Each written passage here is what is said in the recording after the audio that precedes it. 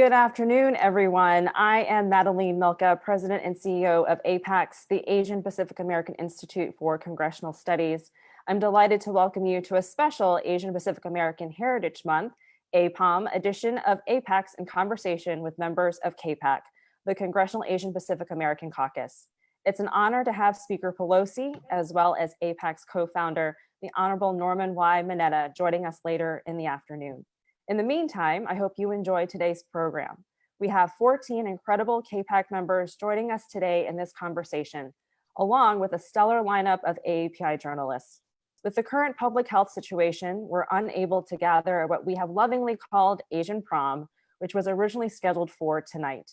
This annual event served as an opportunity to be with the community, as well as honor those who work so hard to uplift the AAPI community every day. Even in this pandemic, APAC continues to foster the development of the next generation of AAPI leaders by inspiring, empowering, educating, and connecting our community, as well as to the other constituency caucuses that strive towards building coalitions. With new initiatives to engage underrepresented communities, and specifically AAPI women, we look forward to seeing those who look like us stepping into elected leadership positions. The public health situation has only demonstrated that we need more representation to bring forth the issues that affect the AAPI community, as well as those in other communities of color. Despite the challenges, APAC continues to serve as a resource as we combat the rising tide of hate by encouraging the community to vote and to participate in the census. We continue to dream big, not allowing challenges to stop us from forging ahead. You can find more information on the trainings and opportunities to connect with other AAPIs interested in building pathways to public service on our website, apacs.org. I want to take this moment to thank the APAC's team of dedicated staffers, consultants, sponsors, board members, and community partners for all that they do in working towards APAC's mission to increase AAPI representation at all levels of government. With a record number of AAPIs serving in the 116th Congress, we hope that we can inspire emerging leaders to enter public service. We would not be able to do this work without CAPAC and the leadership of Chairwoman Representative Judy Chu and her team. Elected in 2009, representing California's 27th Congressional District, Congresswoman Chu serves on the House Ways and Means Committee, as well as the Small Business Committee. She's a tireless advocate for the AAPI community, as well as a leader in the Tri-Caucus alongside her colleagues and the Congressional Hispanic Caucus and the Congressional Black Caucus. Interviewing Chairwoman Chu is Matt Stevens, a national political reporter for the New York Times. He has been covering the primary elections. He recently covered the campaign of entrepreneur Andrew Yang and has also been covering the escalation in anti-Asian bias and hate crimes.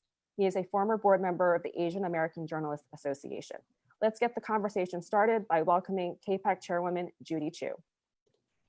Well, thank you so much, Madeline Milky and the entire APEX team for hosting this special edition of APEX in Conversation with the members of the Congressional Asian Pacific American Caucus. I want to start by wishing everyone a very happy Asian Pacific American Heritage Month. Under normal circumstances, I know that we would be celebrating this month with a whole flurry of activities. But unfortunately, the coronavirus crisis has made that impossible. Still, it means so much that our community has found other ways to celebrate virtually throughout May. And I really have to congratulate Madeline for coming up with this innovative virtual conversation with our CAPAC members. Asian Pacific American Heritage Month is all about celebrating our contributions, our history, and our future in this country. From the Chinese railroad workers who built our nation's first transcontinental railroad, to trailblazers like Dalip Singh Sound, the first Asian American ever elected to the United States Congress, to visionaries like Patsy Mink, a fierce champion for women's rights who authored the landmark Title IX law that prohibits sex discrimination in education.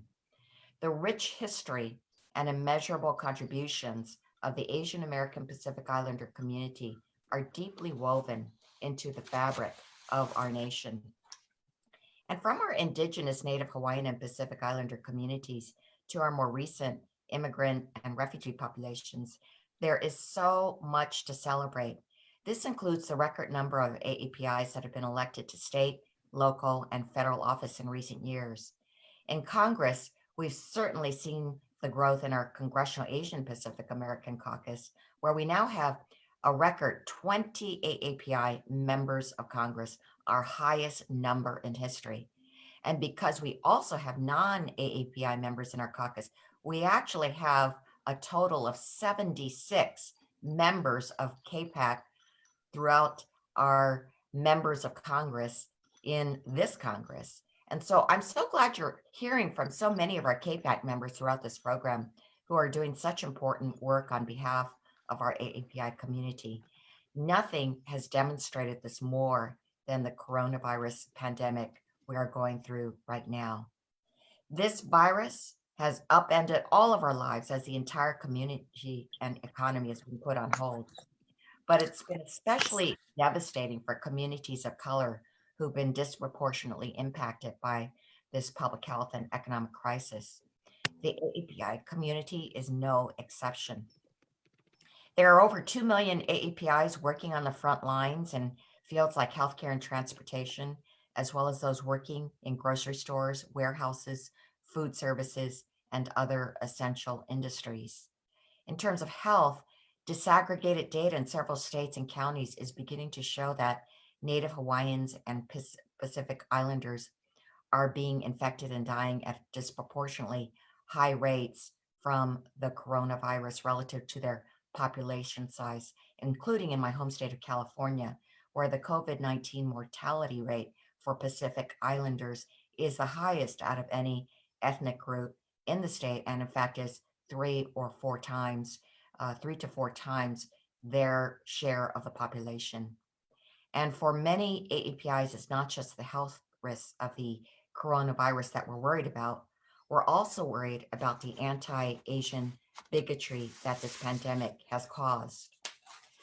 It started with dirty looks in January, insults and misinformation that Asian American restaurants and businesses were more likely to have the disease and should be avoided.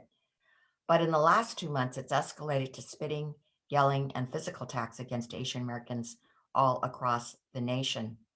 In New York, an Asian American woman taking out her garbage suffered second-degree burns after a man poured acid on her. In Texas, a man stabbed 3 Asian Americans in a family, including one child that was 2 years old, at a Sam's Club, saying that he wanted to kill Asian Americans. In San Francisco, an elderly Asian man was simply collecting soda cans, when he was taunted and attacked by individuals who said they hated Asians.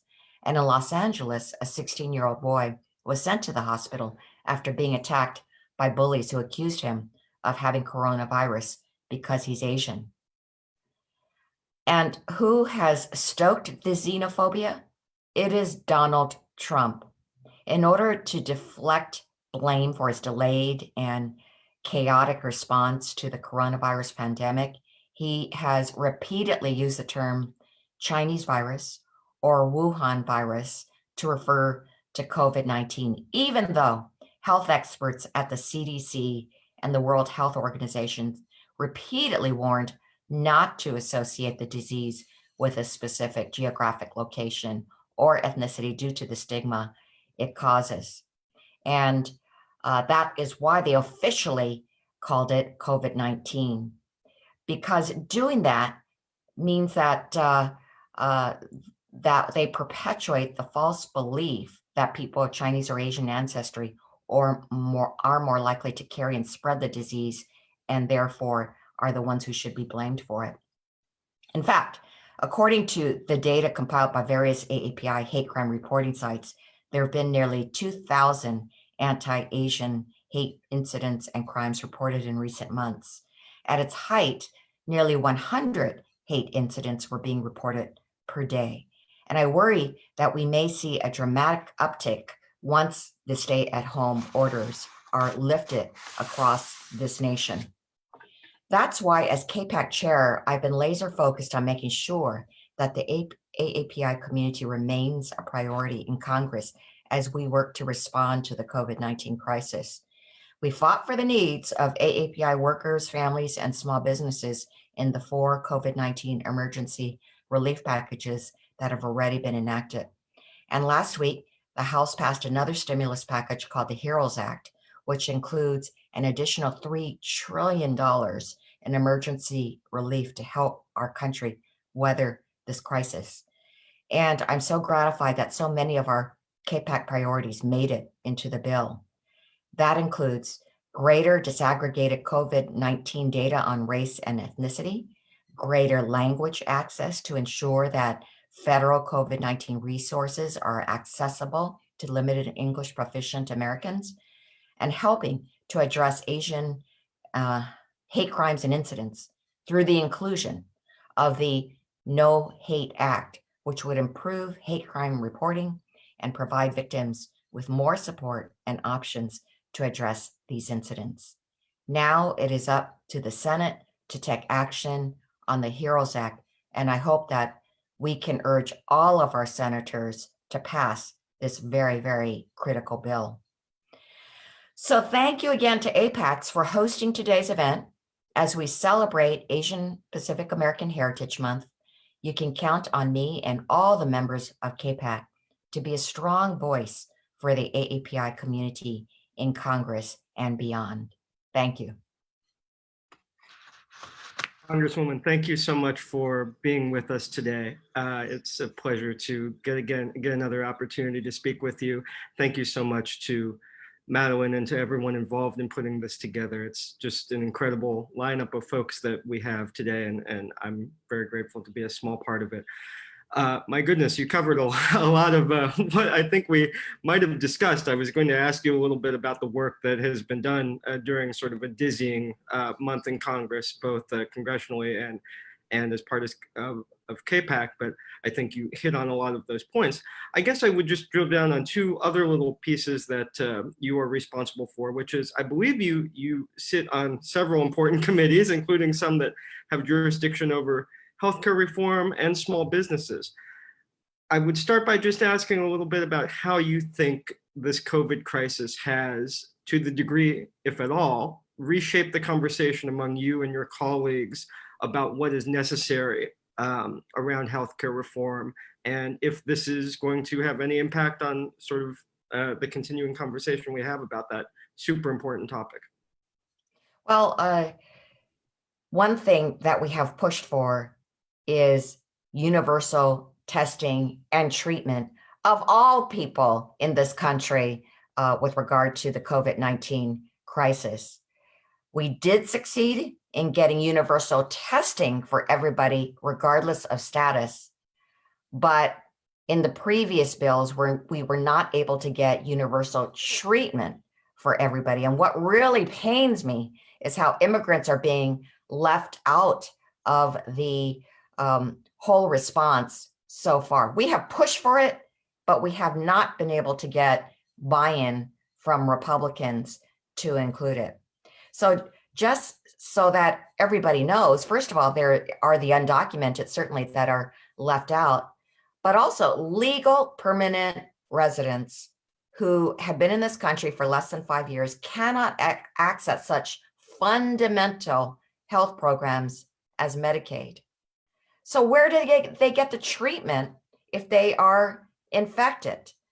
Clearly, they need access if we are going to be able to overcome this pandemic, because we have so many people that are in these categories. We have at least 11 million that are in the shadows and undocumented, plus all the legal permanent residents that are here that cannot access the treatment that they need. So our HEROES Act, which we passed on Friday, does have this provision for universal treatment of all the immigrants and every American that is in this country. So it is so critical. We want to open this country up, and you see that some of the stay-at-home orders being lifted, or at least partially lifted with cautionary provisions. But in order to actually make this happen, we need to have extensive testing, and we have to have extensive contact tracing. And so we are pushing that in this system that we have an assurance that there are people who speak the different languages, who can do the outreach to our communities, many of whom, in fact, a third are limited English proficient. So they need to be able to have all those elements in place in order for us to come out of the pandemic. In the number of challenges that we all have encountered and you as lawmakers have had to navigate over the past couple weeks are frankly just mind-numbing. So without offering commentary on that, I think just so much to work through. I did want to ask you quickly about something we talked about a tiny bit offline, which is that as a former Los Angeles resident, the San Gabriel Valley is very close to my heart. And I know that there are so many small businesses, family-owned businesses, restaurants, that often are not making a huge amount of money. And I know that one of the things that this pandemic has done is it shined a light on just the incredibly small margins and the threads by which these businesses that we love so much are hanging on. I guess I'd just be curious, if there are any stories you can share from having been out in the community, what you're seeing in terms of how this pandemic is affecting your friends and neighbors and the places you like to go and eat and shop, and what, if anything, can be done to help these folks. Well, I started noticing the huge decline in attendance at our different Asian restaurants in the San Gabriel Valley back in January. Actually, I think because people were very attuned to the news coming out of China, there was already this very, very big drop off of people in restaurants, but there was also the mythology that was being put out there by some negative folks who were spreading rumors that there was coronavirus being carried in these restaurants. So they were already suffering. We were seeing even back then that there was a drop off of between 50 to 75% of attendance in their businesses. But now the situation is so dire. Of course, they cannot operate unless they are doing pickup or delivery. I see that some of these restaurants are doing that out here, but I would say that they're hanging on by even a slimmer margin than other restaurants. I mean, they don't have a lot of reserve there. So we can see that there are already closures of these restaurants. And this is why I have pushed so hard to make sure that limited English proficient folks know what is in the PPP program, the Payment Protection Program, which provides for the small business loans, as well as the Economic Injury Disaster Loan Program. Now, right off, the pandemic was declared a disaster, and so every small business can get a disaster grant of $10,000, but they can also get a loan of up to $2 million at a very low interest rate. The other program, though, that we've all heard about is PPP, Payment Protection Program. So you can apply for a forgivable loan, which is tremendous if you are able to fulfill the criteria, one of which is that you keep your workers in place.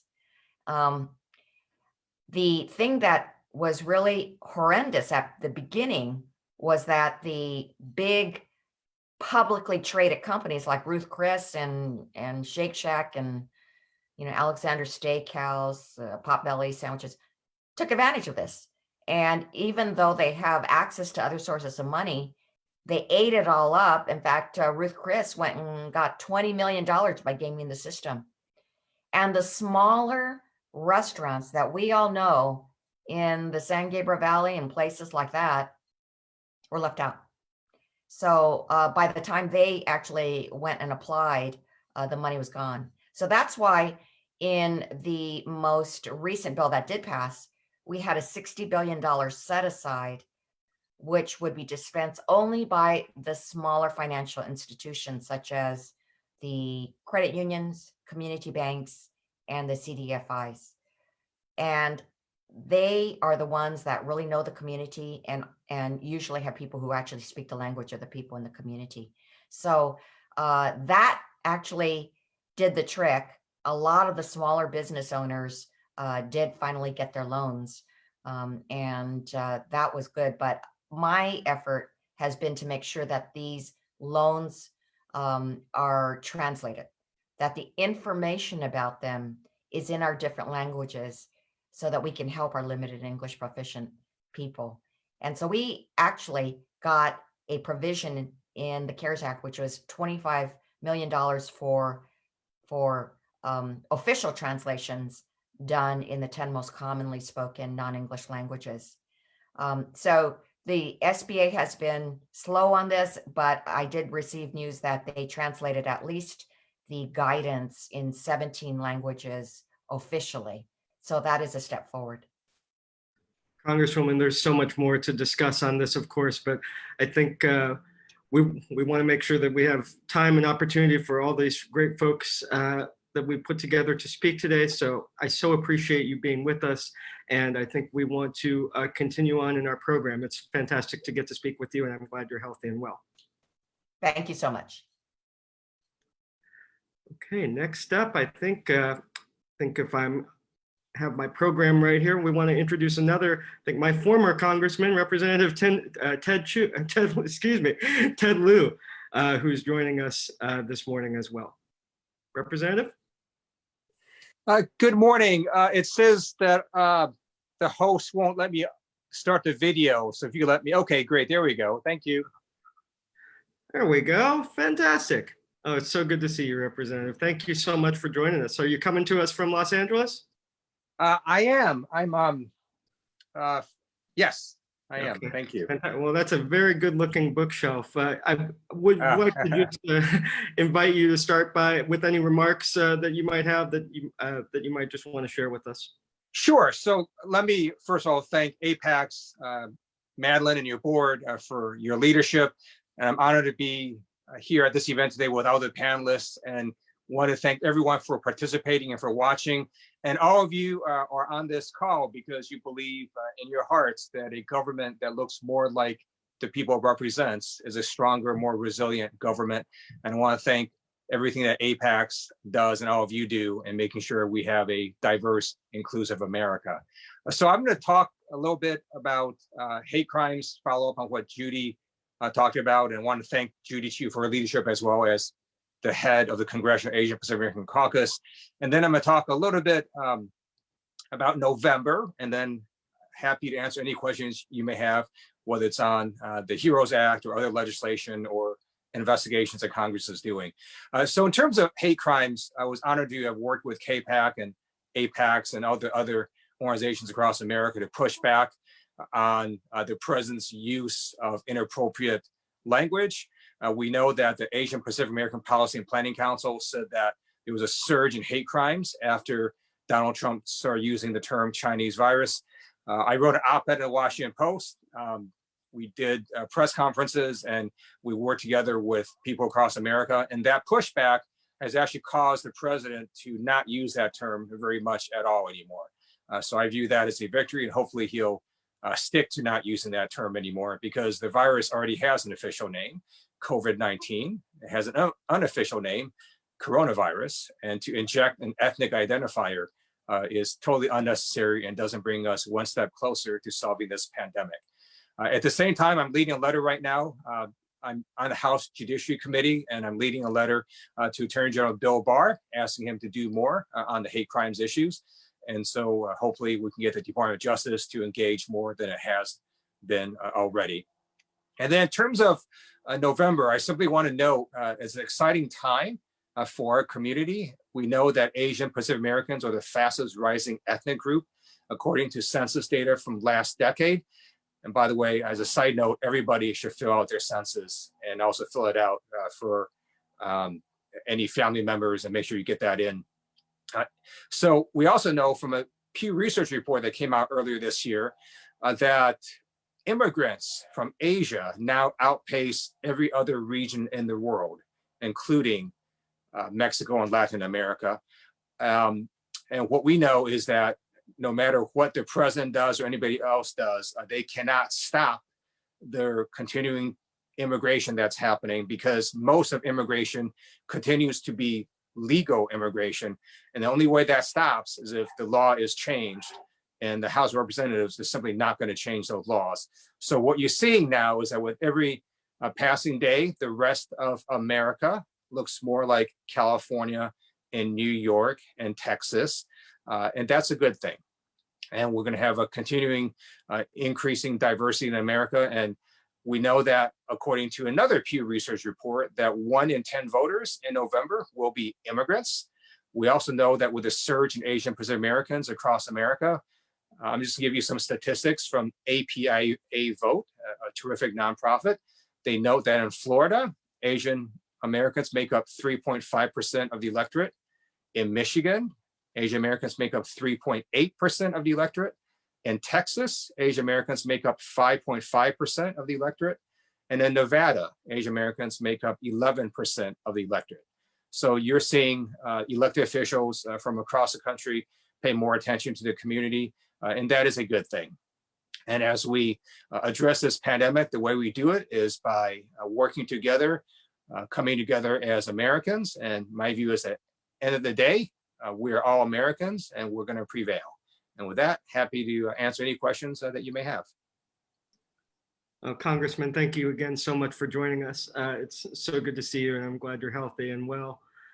You may have to deal with a couple questions from me specifically. And one of them is something you just touched on. There has been just such a patchwork of sort of approaches to dealing with these primary elections and these early year elections. I anticipate that this is going to be a huge issue moving forward in November, just the right to vote. We, as politics reporters, we've actually been focusing a lot less on the horse race and a lot more on the fundamental right to vote and how the 50 states are deciding to implement that. I know California just had an interesting experience with I believe it was a congressional election. What do you see as the right way to conduct elections in the fall amid this pandemic, and potentially, with any ramifications for how we do this moving forward? I support vote by mail. I also call it voting while at home because it's a safer way to vote during a pandemic. That's why the CARES Act has money put in to help states transition to vote by mail balloting. The HEROES Act also has money in there to help states transition to vote by mail balloting. Now, at the same time, this shouldn't be a partisan issue. I think if you actually look at vote by mail historically, it tends to help Republicans. And if you just looked at the anecdotal evidence of the elections we've had since this pandemic has hit us, there's been a couple elections in Wisconsin, one in California. In Wisconsin, Democrats fought for vote by mail and were largely rebuffed. In California, it was largely a vote by mail election. And what you saw is actually Democrats overperforming in Wisconsin, where there wasn't much vote by mail, and Republicans overperforming in California, where there was a lot of vote by mail. So I don't think there's a partisan reason for this. I think it's simply one we should base on health and safety. But my view is if you actually had vote by mail across America in November, it would tend to help Republicans. It's super interesting because you talk about sort of the ways that these different states are beginning to look, and the country is beginning to look more like California, New York, Texas. You also spoke about sort of some of your criticism of the president's use of the Chinese virus language. And I apologize, I'm sure you've been asked this question before, but for any close watchers of you, they will know that you are one of the most frequent tweeters, I think, in Congress. You have a very specific style. I think you speak very directly, and sometimes you use, sort of the deer convention here when you want to address someone and say that, look, this is something you said is incorrect. There's so much going on right now, so much misinformation and so much critical information that needs to be put out to people. I guess I'd just be curious what you think is sort of the best way to communicate, and why you lean so heavily on that medium to sort of get the word out. Thank you, Matt, for that question. I did not set out to resist this president. Shortly after the November 2016 elections, I issued a public statement that went something like this. One of the things that makes America great is our peaceful transition to power. Donald Trump won the Electoral College, and we should give him a chance to govern. A few months later, I concluded I was wrong. And it was because Donald Trump was systematically attacking the institutions of our democracy. He was going after the legitimacy of the judiciary. He was going after the legitimacy of the free press. He was stifling internal dissent. And then he was lying at a rate I've never seen a person lie. You unmute yourself. And my view is that based on the behavior of the president, that he was leading us down the road to authoritarianism. And I concluded I was going to basically call out things that he did. And if he said 37 crazy things in a month, I was going to try to point out all 37 crazy things, because my view is we cannot normalize what we shouldn't normalize. Now that we're in a pandemic, it's my view that Donald Trump and his enablers are taking advantage of this pandemic to continue to engage in corruption, corrupt behavior, and to benefit his friends. So for example, what Bill Barr has been doing with the Michael Flynn case, I think is outrageous. I'm glad that the House of Representatives passed a rules change that we can now hold hearings remotely and virtually. So you're going to see the Judiciary Committee now start holding hearings remotely on this issue. I'm also on the House Foreign Affairs Committee. We're going to investigate Secretary Pompeo and why their IG for the State Department was also fired. So I think with this new rules change in Congress, you're going to see a lot more activity now from other committees, because we were somewhat hampered in doing an oversight until that rules change. Yeah, no, thanks for addressing that so directly, Representative. I've got one more for you, and then I'll let you go, because I think we want to continue with this wonderful program and all the folks that have been assembled here. One of the things on the East Coast in New York that has just been truly tragic that we have seen in New Jersey and New York, and I think elsewhere across the country, is the issue of veterans' homes being affected by this pandemic and the need to sort of care for them. I know, given your background with the Air Force and also just the giant West LA campus that I believe is still in your district, correct? Yes. This is something that you would be paying quite a bit of attention to. We've seen that the virus, really impacts folks with pre-existing conditions and has targeted many of our folks who have come back from abroad. I guess I'm just curious what you've seen up close on that, and how you think we should be, what action we should be taking moving forward to provide service and the best care for our veterans. That's a great question. As a veteran myself, these issues are really important to me. I am pleased that in the HEROES Act, it contained one of the provisions I wrote, which is we now have authorized the VA to feed homeless veterans. The West LA VA campus is in my district. It's the largest VA campus in America. And we've been working closely with the VA to deliver care to veterans. And many veterans are in a high-risk group, both because of age, and many of them happen to have pre-existing conditions as well. So the VA is very aware of this, and they're working very hard to make sure that we do everything we can to take care of veterans. But because they're in a high-risk group, you're going to see, and you have seen, a disproportionate number of people die who are in high-risk groups, and that includes veterans who are in these veterans' homes as well as at the VA. But I do know that the administration is working very hard on this. It is not a partisan issue, and we're continuing to work closely with the VA to address the issues of veterans. And we also know that in terms of veterans who are homeless, that this pandemic has also affected the homeless population in some severe ways, partly just in terms of just information, right? If you're homeless, it's much harder for you to just get general information about this pandemic. You might not even know that maybe you should wear a mask or that this virus is spread through contact with other people and so on. So just getting information to people who are homeless has been a challenge. But I do know the VA is working very hard on this issue. And if anyone has any ideas on how we can make it better, please let me know. And thank you again for having me on, and I look forward to continuing to working with all of you as we move towards a more perfect union. Thank you, Congressman. I'm hoping that perhaps offline your staff can figure out a way to send me some pastrami from Cantor's or something else in the district. I'm thinking quite a bit of Los Angeles and the outdoors these days. So I hope you're well, and thank you for joining us. Thank you. Next, I think we want to move on to invite Congresswoman Grace Meng. Congresswoman, thank you so much for being with us. It's a pleasure to get to talk to you again. Hi, Matt. How are you? Thanks I'm for hanging having in. me. Yeah, I would just want to invite you to start by, if you have any remarks you'd like to share with us. I know there's a lot going on. Sure. Well, I'm back home in Queens, New York, which, as many of you know, has really been the epicenter of this coronavirus pandemic. And even before the coronavirus actually hit us here in the US, in a public way, you know, many of our communities, including communities in New York, Asian American communities, were already dealing with the effects of racism and discrimination and just ignorance. A lot of our businesses were suffering and continue to do so.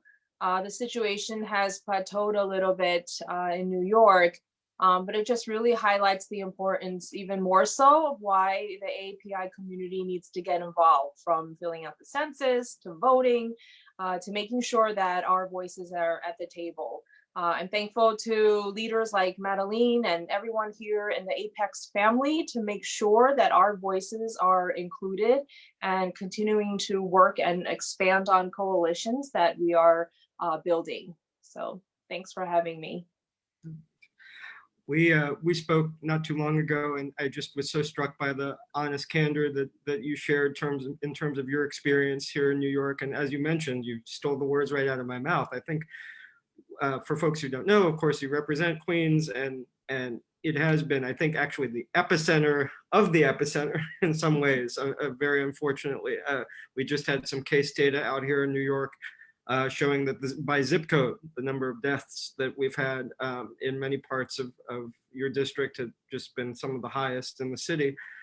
And I guess I'd just ask you to share sort of the stories or anecdotes that you have encountered being on the ground in that area, for all the folks who may be joining us in a different state or from elsewhere that maybe are not seeing the impacts in the same way that you are in your district, particularly the impacts that we've seen that have been disproportionate to people of color and working class folks. Sure. I mean, that's a great question. I think when you and I last spoke, I think you had caught me on one of those, you know, in the beginning of this pandemic. I think every day, not a day would go by where I wouldn't be shedding tears at some time during the day, because we would, you know, our job as Congress members are kind of defined. A lot of it's focused on legislating. But I think Andy Kim phrased it best in a New York Times article, where he said that our roles were redefined during this virus. And so, you know, we would be getting calls, you know, from doctors, prestigious doctors in hospitals like Elmhurst Hospital, asking us to please help them secure masks for surgery. And so the types of calls and the impact that their stories had on all of us were just so shocking. And you know, we try to continue to make sure that we as a federal government and as local elected officials are there for people. But there were, most of the times, you just felt like you were not doing enough for people, and how could you get them more help? That was a sort of desperation that I and so many people felt every day. And at the same time, trying to share those stories with my colleagues around the country, because God forbid, wanting them to be prepared if the virus hit their states and districts in the same way. It's been an interesting last several months, obviously, here in New York, and just sort of seeing the evolution has been a thing to watch. We watch the press conference. We have daily press conferences from everyone, it seems, every day. You have also sponsored some new legislation, I believe, around nursing homes. And I was speaking to Congressman Lieu just about sort of the VA facilities. He's got a big facility out in Los Angeles. One of the other just very unfortunate targets of the virus has been these nursing homes, where we're seeing 30–40% of the deaths in states coming from these folks who have these pre-existing conditions, who are just unfortunately huge targets for infection. I guess I'd just be curious if we could talk a little bit more about why you felt it was important to get the ball moving on that, and how what we do to protect folks in these situations. Sure. Well, I really felt like the practices that were going on at nursing homes in New York and around the country did not necessarily match the advice that we had been given from our public leaders. And on that, you know, when we're talking about safely quarantining, staying at home, this is a luxury for so many people, especially in the AAPI community. If you are someone who lives in a crowded room with 4 or 5 people, and one of them might be an essential worker, one of them might have the virus, you cannot do what everyone is telling everyone else to do. And so with the nursing homes, it's just been really alarming, because we had been asking, and I believe Congresswoman Jayapal from Washington State was one of the first ones, because we were first hearing the stories about nursing homes come from Washington State. And I remember very clearly being at bipartisan briefings starting late February, where we asked CMS and the health department and Dr. Fauci for clearer and more consistent guidance on how we should treat both staff, residents, and visitors at the nursing homes. And so what we were hearing all across the country were that, you know, employee might be exposed or infected, and they were not only going in and out of the nursing homes back home to their own families, exposing their own families, they were also going to work. Many nursing home employees work at multiple nursing homes. And so, you know, who knows what the exposure and contagious level of what would be. But there was no consistent guidance from the federal government on saying, and Dr. Fauci, to his credit, did mention this at one of the briefings. He said every staff and resident should act and be treated as if they have already been infected with the virus. And so to this day, we are still waiting for, I'm not a healthcare expert, but I know, and I know as a parent, that even when my kids have, you know, someone at their school has lice, that they treat it with much more urgency than people are doing with the coronavirus. They try to track it down, even if it's anonymous. You know, they try to quarantine the person, the kid who might have the lice, and make sure it doesn't, you know, go towards other kids. And we need to do, at the very least, the same thing with the coronavirus, especially at our nursing homes. They are very vulnerable. You know, one more question, Representative, and we'll try to, I know we've all got a lot going on today and continuing, but, you know, you talked about, I think, both with me and then earlier in this conversation, the feeling of, gosh, there's so many people who are calling, texting, asking for help urgently amid this, and at times feeling like, you know, I can't fulfill these needs or requests, and I can't get, for example, you mentioned to me the president to stop using the language that he was using for a while around sort of Chinese virus. I guess I'd be curious how you think about leadership now and sort of what it means to be a leader, having sort of gone through this experience. Sure. I mean, I don't know how, at this point, I haven't been able to fully reflect yet how similar or different it is from normal times, but I do very much feel like that us as leaders with some sort of platform and microphone, we are sort of trying to lead and govern from the ground up. You know, this is one of those times, I think Barack Obama mentioned it the other day, where you kind of realize that the adults in the room don't necessarily have all the answers and solutions. And so this was the same as we were piecing together what we could do for our local constituents, hospitals, nursing homes, what we needed to put into congressional coronavirus relief legislation. Those ideas came from the ground. You know, I would get a call from a constituent about, you know, one problem, another constituent from another problem. So almost everything that we've worked on legislatively or administratively has been because we've heard it from the ground up, from everyday people who are living during this pandemic. And they have told us what we need to do and what Congress needs to do better. Yeah, I think we may have a little bit of extra time here, which is great because we got started a little late and started moving here. So if you don't mind me keeping you for an extra second, I also, I also have heard, I've had some folks ask, we spoke about the anti-Asian American sort of xenophobia and racism the last time and hate, frankly, that we spoke. And I have had some folks ask me, well, gosh, is that really happening? Are you experiencing that on the streets in New York? I mean, is this a real thing? And I guess I would just be curious to hear what you're hearing and seeing in your own life, with family members, with close friends, and also just in the community where there are just so many, both people of color and Asian Americans who have had to deal with this pandemic. Sure. I mean, nothing very outrageous has happened to me. I guess for me, it's just the usual Facebook comments from random people. My son actually saw the other day where like someone responded, that I was a Chinese spy. And I actually didn't blink twice at that because I've been called that before, even prior to the coronavirus pandemic.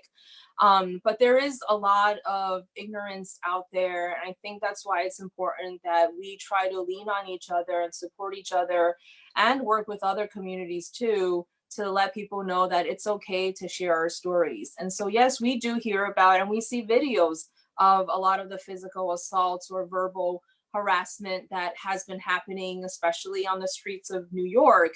I talked to a group of Filipino American healthcare workers the other day who said there are countless times that they've been harassed literally while walking or taking the subway to the local hospital to go help save lives.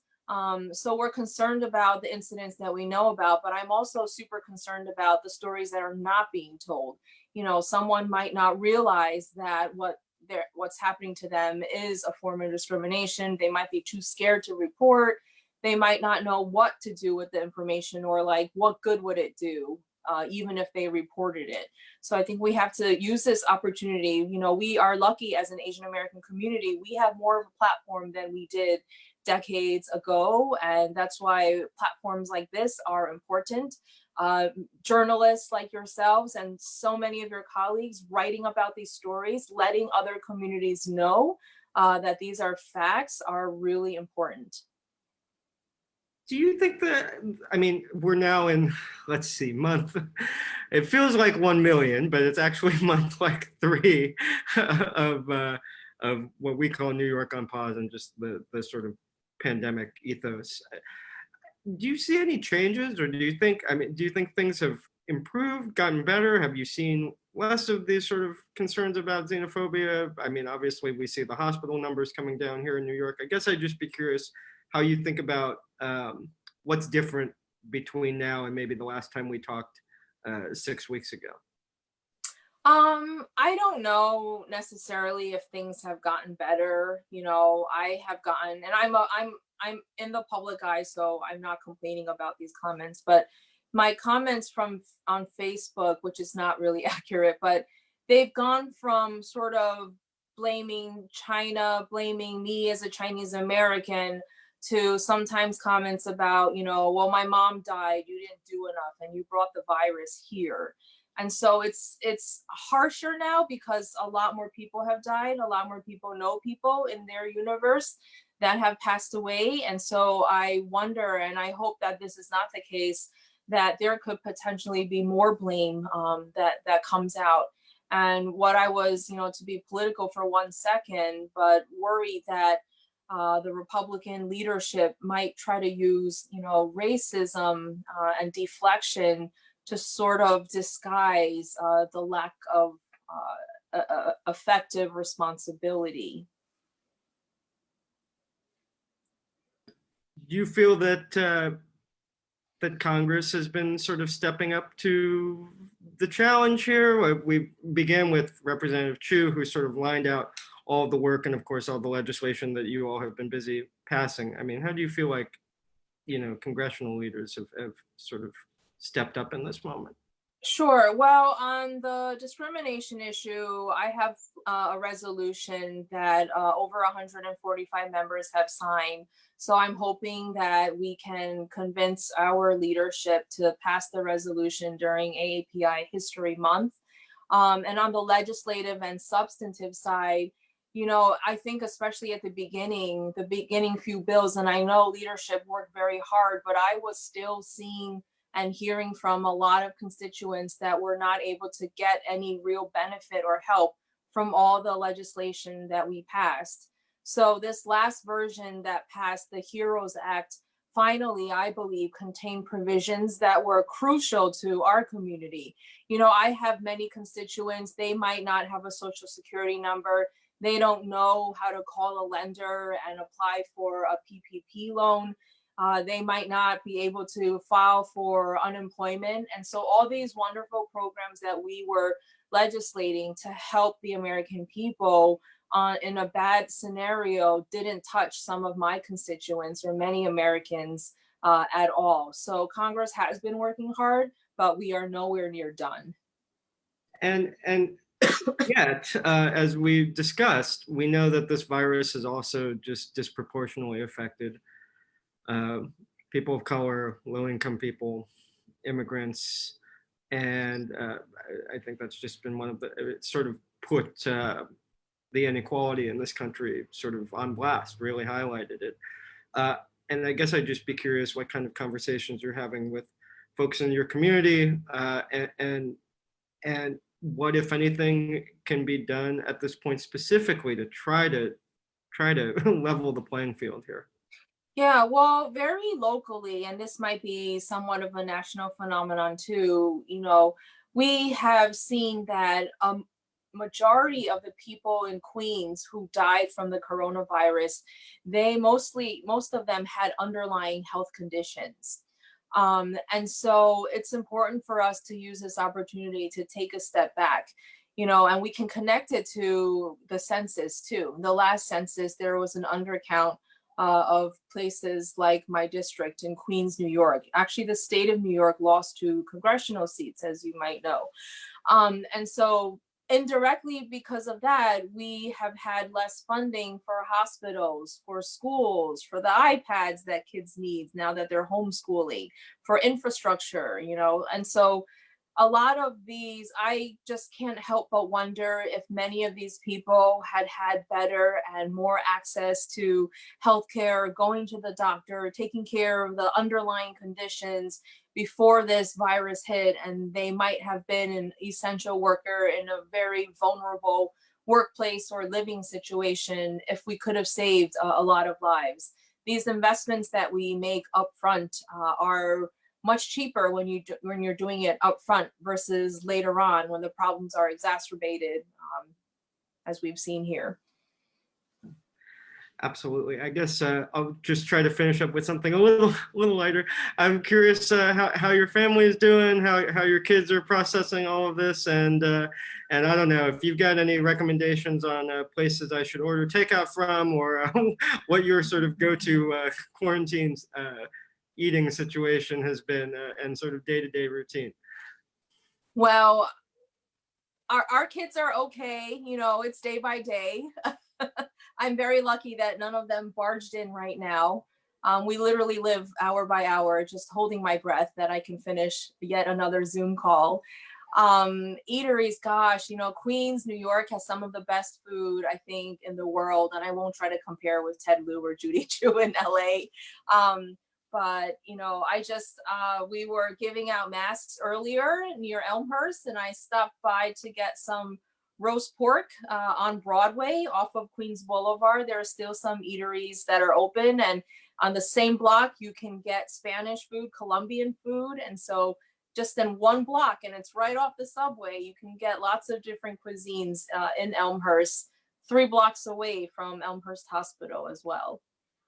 I mean, real quick, do you think that I mean, and I know I'm sitting here in New York, not far from you, and we have, folks in all different communities all throughout the country, but I was talking with Representative Chu about the San Gabriel Valley, and it's so similar in that there are so many businesses that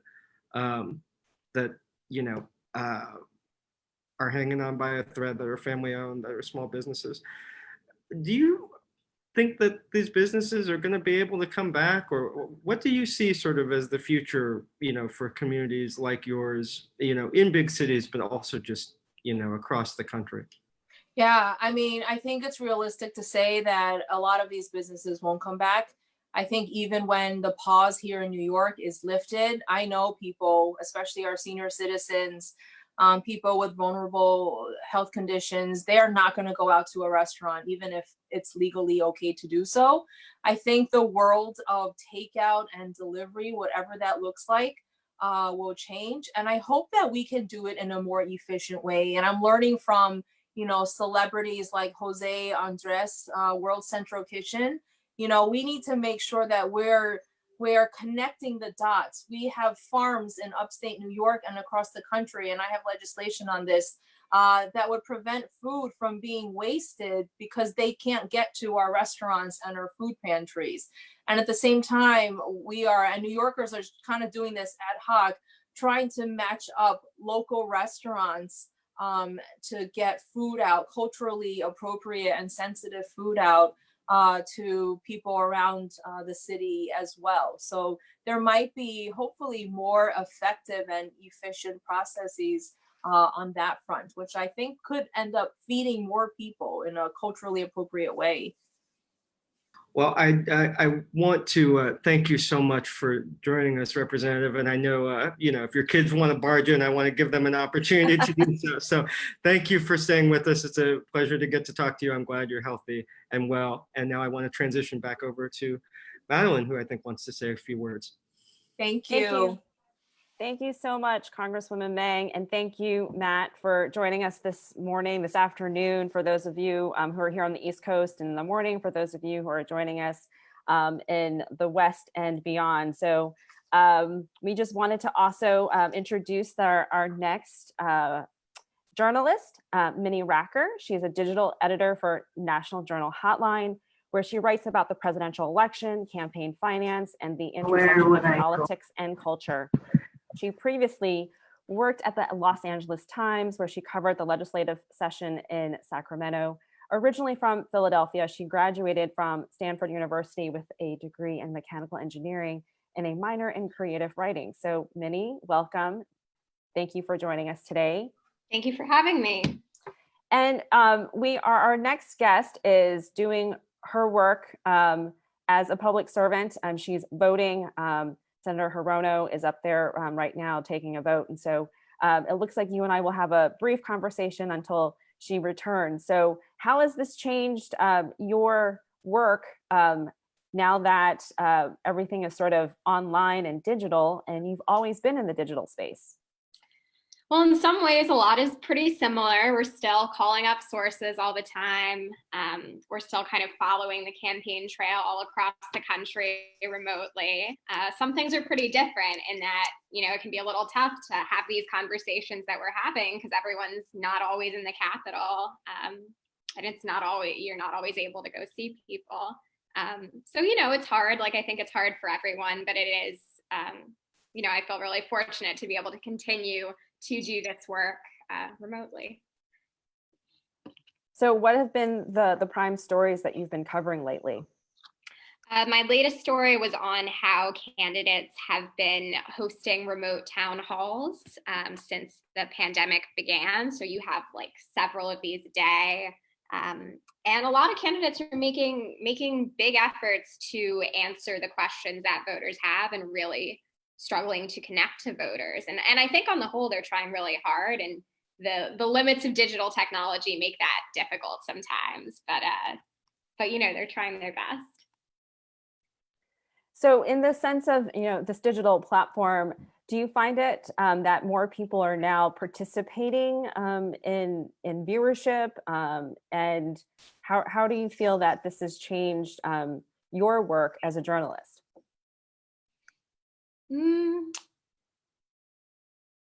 I do think in some sense it's nice to have so much of what candidates do accessible to everyone. Of course, there's challenges with that in that people who don't have access to the same kinds of internet resources have new challenges in participating in politics.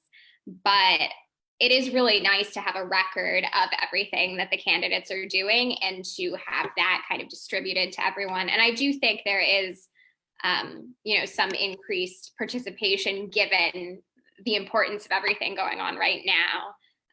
And given that I think people know how much politics and government matters right now. Well, Minnie, thank you so much for joining us. Senator Hirono has been able to return. And so I'm going to kick it back to you and let's get the rest of this conversation going. Thank you. Thanks. Hi, Senator Hirono.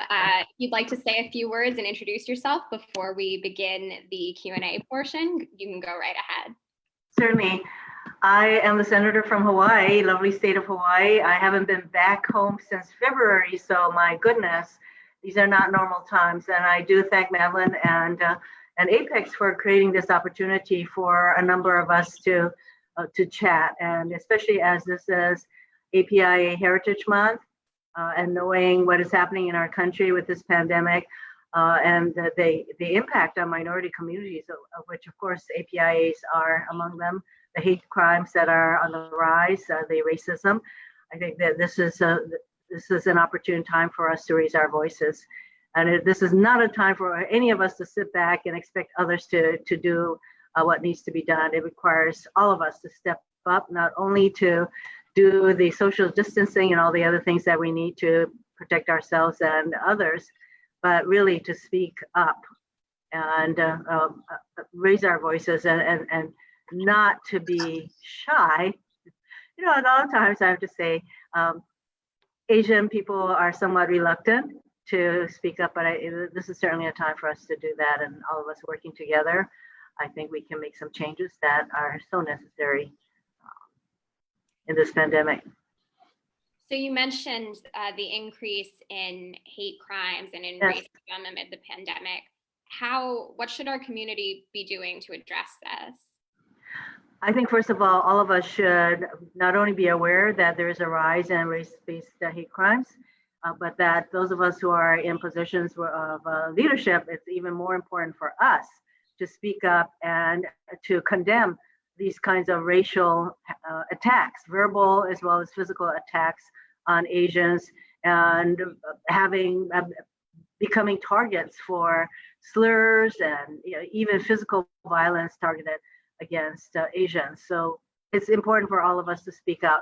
And it certainly doesn't help when you have the president refer to this pandemic as the Chinese virus, to have members of his cabinet talk about Kung Flu, and that clearly the president has not condemned the racial hatred that is in our community hard enough and strongly enough. So all of us need to speak up. I also have some bills that I've been working on, particularly with Kamala Harris, to call on our agencies, our written letters, our federal agencies, particularly the Department of Justice, the Civil Rights Commission, CDC, to be much more proactive and reaching out to the API community to support the API community, and of course for the Department of Justice to actually prosecute these kinds of incidents as hate crimes.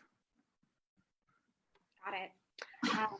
You also mentioned that you think, there's times when Asian Americans can get more involved in politics. Sometimes Yes. Politics is the kind of thing we avoid around the dinner table. How do you really motivate folks to get involved in public life? Now more than ever, you see the disparities that this pandemic has highlighted, economic disparities, social disparities.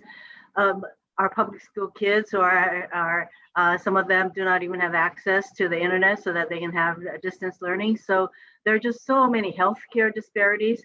And I think that to experience these disparities firsthand should motivate everyone who are, the majority of our country are in that kind of situation, going to the food banks, something they never did before, being unemployed. 30% plus of people in our country are unemployed. In Hawaii, 1 out of 3 people are unemployed. This is a whole new condition that is widespread. And if this doesn't motivate all of us to say, wait a minute, government can do more.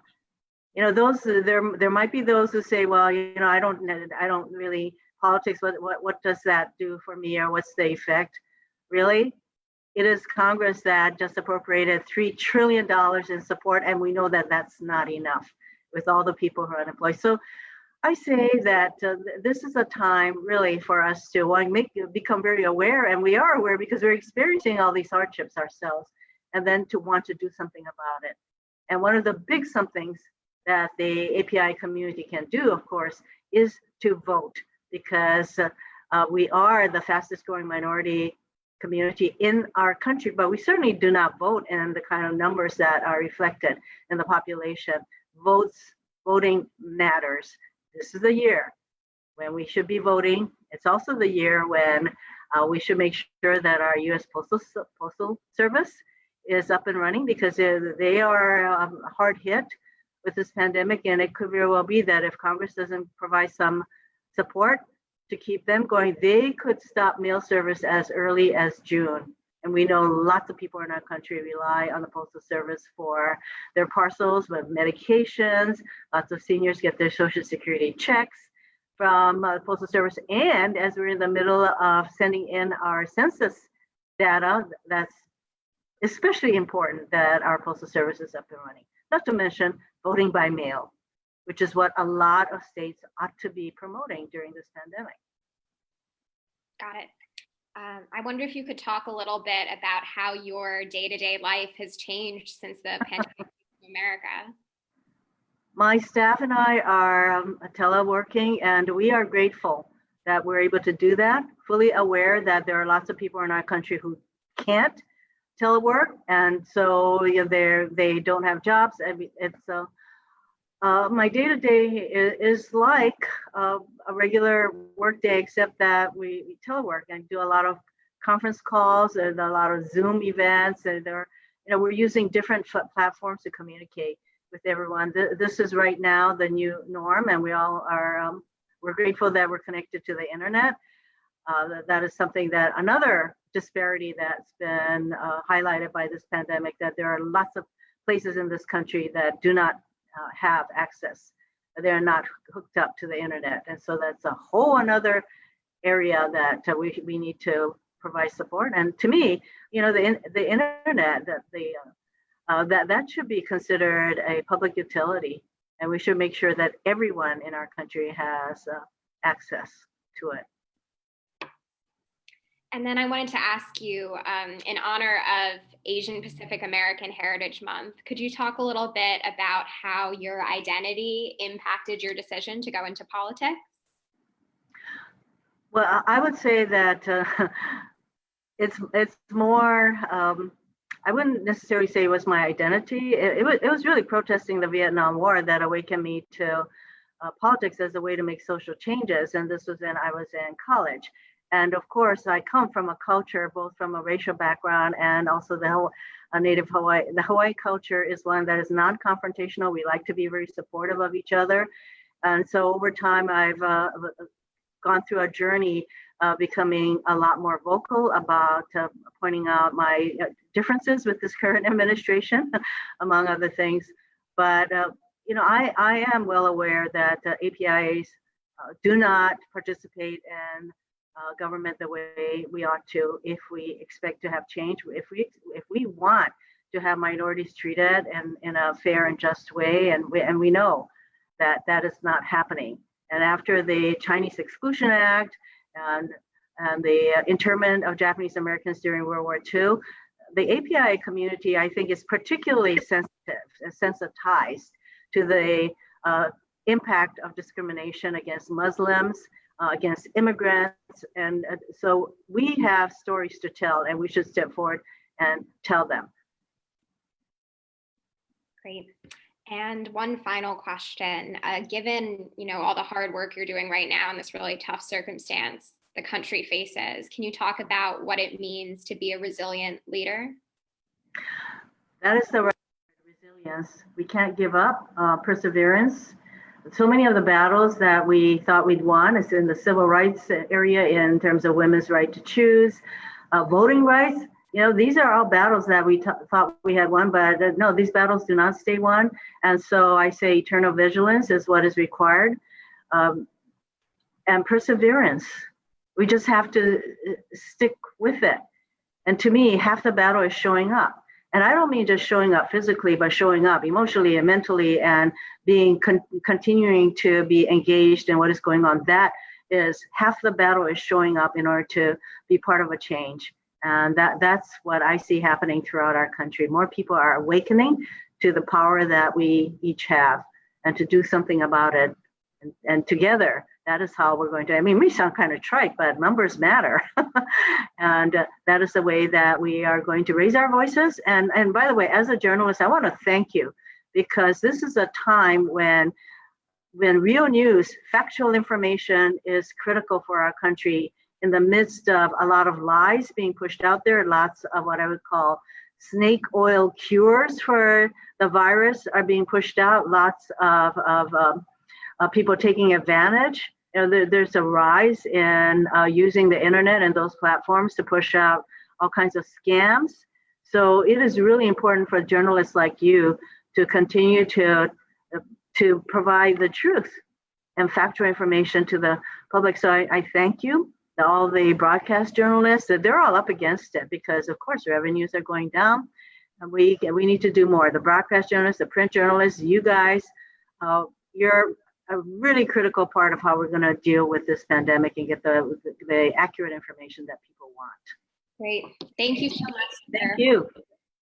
Next up, we have Congresswoman Pramila Jayapal. Would you like to say a few words introducing yourself? Hi, Pramila. Hi, how are you? It's so great to be with you today and with APEX. And Madeline, thank you for all your work.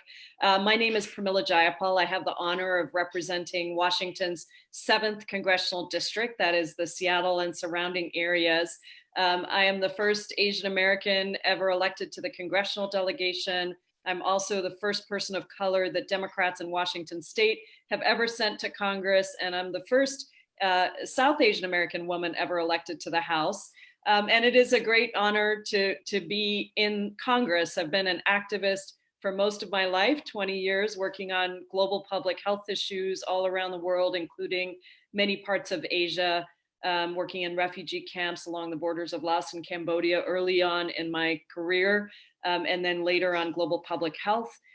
We have a very large Asian American community here in Washington state and in the district, and the AAPI community has been part and parcel of my struggle for civil rights after I founded One America in 2001, which has become the largest immigrant advocacy organization in Washington state. And I'm just delighted to be here and delighted to be able to lift up our Heritage Month and all of the things that we are so proud of the AAPI community for contributing to our country in so many different ways. Well, thank you so much for joining us. To start, we have an audience question about your background. An audience member asks, what was it like entering electoral politics as a South Asian female activist? Yeah, well, I never thought I would be in politics, to be honest. I came to the United States when I was 16 years old by myself. I was born in India. I forgot to mention I'm one of only 14 immigrants to serve in the United States Congress today. And my dad really wanted me to be a doctor, a lawyer, or a business person. I mean, those were the three things, and most AAPI audiences resonate strongly with this. And so I had done many other things before getting into politics, including getting a master's in business and working on Wall Street. And I entered politics after being an activist because I realized how important it was that we as activists are also in electoral politics. And I'm used to being the first of many things. I'm used to being the only, but I just want to make sure that I'm never the last. And I want to make sure that my presence as a South Asian American woman in the House allows a lot of other people to see a different future and a different possibility for themselves because somebody else is there. So it's sometimes lonely, but we have an amazing AAPI caucus, our CAPAC, the Congressional Asian Pacific American Caucus, led by Congresswoman Chu, Grace Meng, many of the others that you'll hear from today are such a support to thinking about us as a collective bloc with really strong interests that further the opportunities for AAPIs across the country. Great. I wanted to talk a little bit about the coronavirus relief that Congress is working on. I know that you've been pushing back on some of the legislation we've seen. Can you talk a little bit about what your primary goal is in any upcoming legislation? Yes. Let me speak about it specifically from the AAPI perspective, but I think this applies across the board, but particularly to folks of color. We know that unemployment, and I heard Senator Hirono, who's such a champion on so many issues, I heard her talking about unemployment and the disproportionate impacts of COVID-19, financially, public health-wise, in all ways. We know that in the last Great Recession, AAPIs suffered serious long-term unemployment consequences because they face such discrimination coming back into the labor market after unemployment. We also know that COVID-19 has brought out all of the racism and xenophobia against the AAPI community that will make it even harder for people to go back and find jobs and be able to work. And so my belief is, as a country, the United States should be about protecting jobs and protecting paychecks and stopping mass unemployment. This is what most developed countries around the world have done, from South Korea, Singapore, Malaysia, to, of course, European countries, where the federal government actually protects the paychecks of workers across the country, protects their jobs, and funnels money directly from the federal government to the business to keep workers on paychecks, to cover their benefits, including healthcare, and to cover a portion of operating costs for the businesses so they can survive. What we know is the Paycheck Protection Program, which had some very good ideas around it, have really not been available to so many AAPI businesses, small businesses, minority-owned businesses that may not have banking relationships. And so both addressing mass unemployment, addressing healthcare, and addressing the needs of businesses must be a critical piece of our any solution that we pass. So I'm very excited to have introduced the Paycheck Recovery Act just on Tuesday, just yesterday, and we have now 96 co-sponsors. It is also going to be a bipartisan bill in the House. It is also, there are bipartisan supporters of the concept in the Senate. And we have a lot of frontliners who know that a message about jobs, a real solution around jobs and unemployment, and keeping workers in their jobs rather than pushing them to unemployment is important on so many levels, and certainly important for our AAPI workers who have experienced unemployment losses at huge percentages and need to have a paycheck in their pockets every month to guarantee them certainty. This is a crisis of epic proportions, and we need to think outside of the box and also project down the road the kind of discrimination that AAPI workers will face, not only in terms of the situation they're facing right now, the economic devastation as businesses and workers, but also what happens if we push everyone onto unemployment. It is not a good thing for AAPI workers when they try to re-enter the labor force. Turning to slightly lighter subject matter, but still focused on, keeping folks working. Do you have a favorite takeout place that you're supporting during the pandemic? Yes, I have several. In fact, yesterday's dinner was from Seven Stars Pepper right here in Seattle. Wild Ginger has been one of my go-tos, and I just love their food. And we have several others, but I'm really waiting to be able to go back to the Sichuan dumpling place that I go to in the ID all the time. They're not doing takeout right now, but I could really use some of those really good dumplings and green onion pancakes. That sounds great. Finally, I wanted to ask you, given everything that the country is going through right now and all the hard work you're doing, what does it mean to be a resilient leader? I think what it means to be a resilient leader is to be willing to think outside of the box, because what we're facing is so huge that we haven't faced this kind of crisis since the Great Depression. And so it requires us to think outside of the box. And I think in order to do that, we have to be willing to take on the fears that we have. And to take on the fears that we have to be willing to replenish our own souls so that we can provide hope to others. And for me, that really means being willing to be a little lonely on some of the ideas that I'm pushing, but it also means being willing to do the practices that help replenish ourselves, which I think in this age of teleworking and Zoom calls, and all of us are working in some ways harder than we've ever worked before. It's easy to forget. And so, our meditative practices, our walking outside, our time with our loved ones. And remember that I prefer the term physical distancing to social distancing. I really believe we need to physically distance, but we need to emotionally closen. We need to keep those ties with our loved ones, with our constituents, the connections that allow us to remember the very central lesson of this pandemic, which is that we really are all interconnected, and what lifts one lifts the other. And I think that at the end of this, we can be resilient leaders if we think structurally about the things that have been highlighted in this pandemic, the structural inequalities, the disproportionality, but also the potential that a crisis brings. Some of the greatest things in the history of our country have come out of crisis.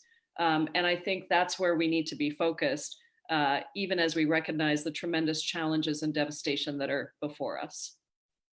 Great. Thank you so much for joining us. Thank you. And thanks to APACS for everything you're doing. Great. Next up, we have Congressman Mark Takano. Would you like to introduce yourself before we get to the Q&A?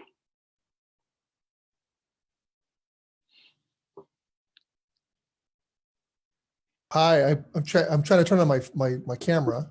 No worries. Okay, start my video. There you go. Okay, here I am. Okay, I'm Congressman Mark Takano. I represent the 41st Congressional District of California, which is wholly within Riverside County.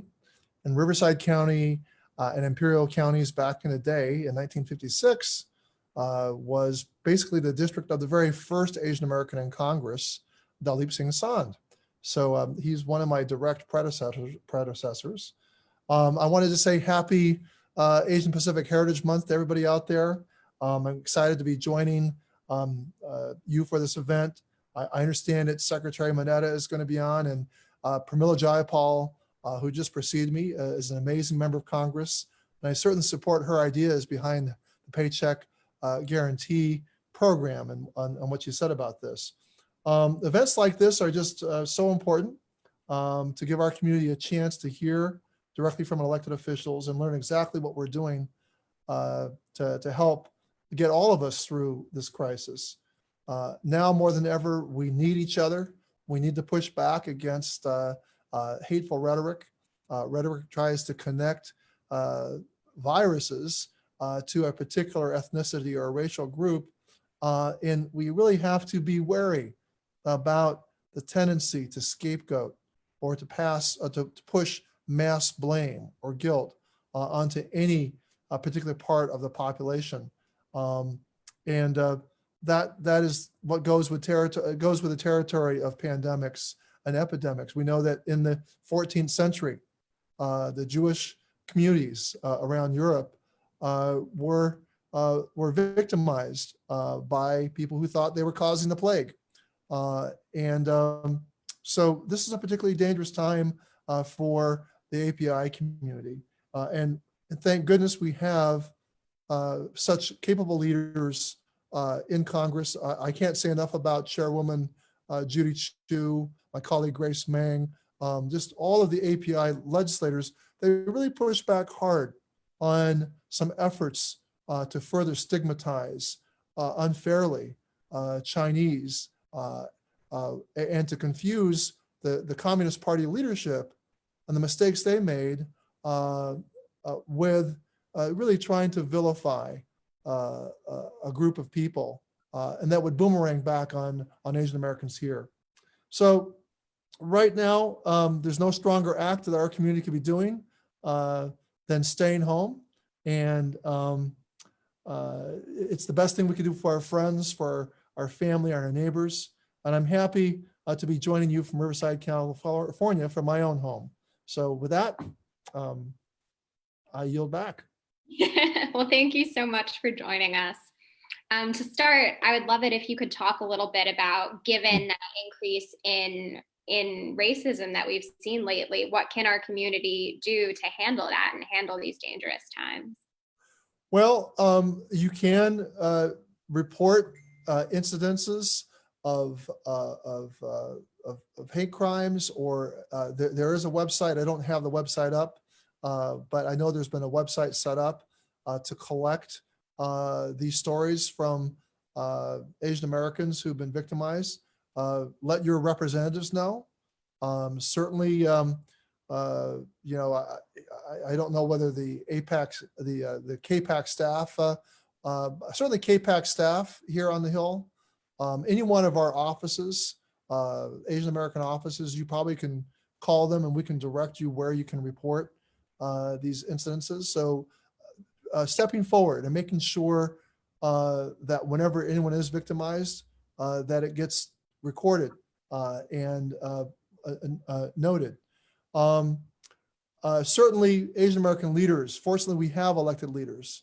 75 years ago today, we ended World War II, and my own family were put in internment camps, primarily because of a failure of political leadership. And there were no Asian American leaders in Congress elected into Congress, much less any legislature or city council. So we need to make sure that we have, make sure you support Asian American representation at all levels of government. That speaking up and pushing back was something we didn't have 75 years ago. There was a very slanted Hearst newspaper media empire that really created a terrible poisonous atmosphere that really led to the internment of Japanese Americans. We can't allow media claims to go unchecked, to hear coronavirus and not push back against calling the virus the coronavirus or the China virus or the Wuhan virus.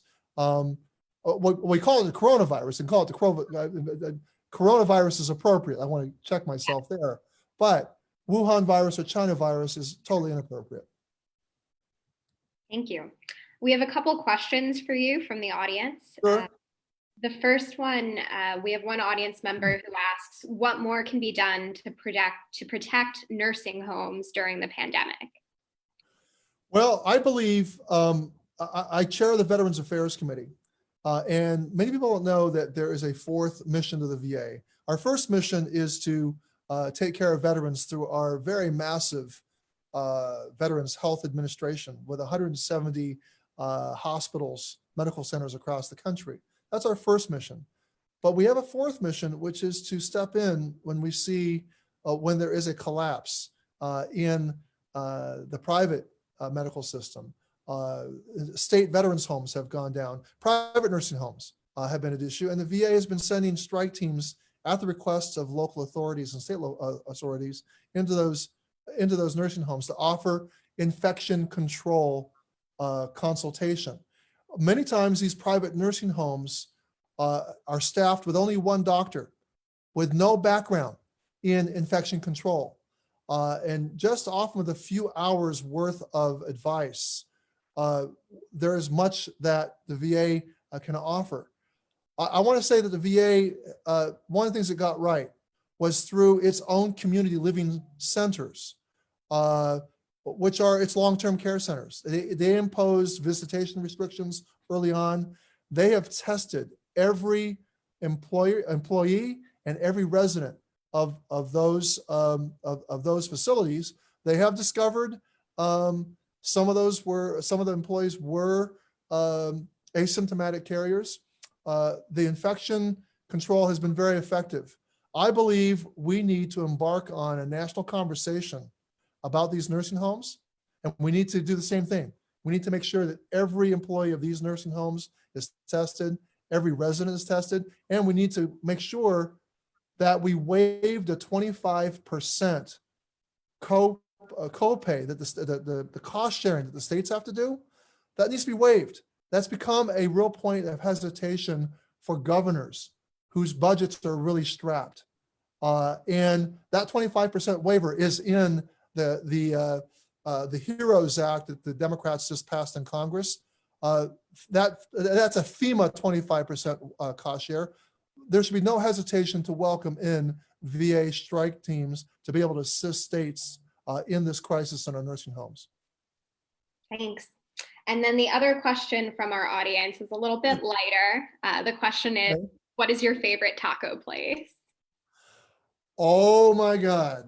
I'm in trouble here because I have so many great taco places here in Riverside. I'm sure. Yeah. I go to Tony's Tacos because I like their hard shell tacos. If you go on a Sunday, it's $1 taco day. I don't even know if they still have that. But can you imagine getting like 6 tacos, which I can eat? And they're hard shell and they're shredded beef. And it's just the cheese and everything uses. So I like the politically correct taco. The one you get like the soft ones, the real authentic. But these hard shell tacos, I think might have even been sort of popularized in the Inland Empire, not in my own city, but in San Bernardino. That sort of hard shell taco that has become the staple of the chains, out there. But actually, there is a link to authentic tacos from Mexico. And some parts of Mexico make these hard shell tacos, and no, but that's a real. I actually put on my Facebook page, that I made tacos. Actually, I make my own good. I like ground beef tacos that I make at my own home. It's a very nostalgic dish that my mom used to make for us, as kids. And there's so many other people have remarked about those tacos that I put up, that I posted. And then I asked my constituents, what is your favorite taco place? And then we got a huge engagement on that. A lot of people said, well, I like to go to this taco place or that taco place.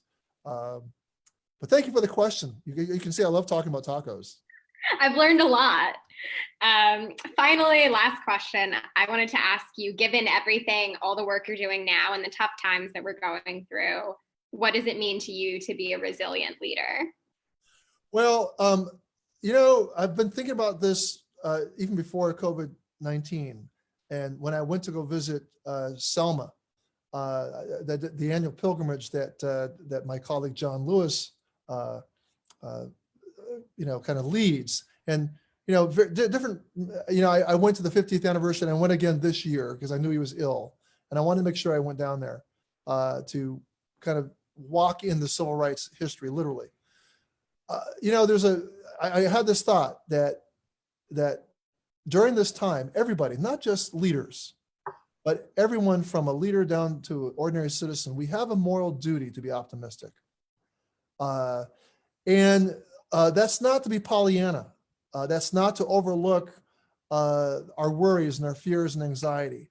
But each morning we have to, either through reading, writing, reflecting, thinking, engaging, we have the moral duty to be optimistic.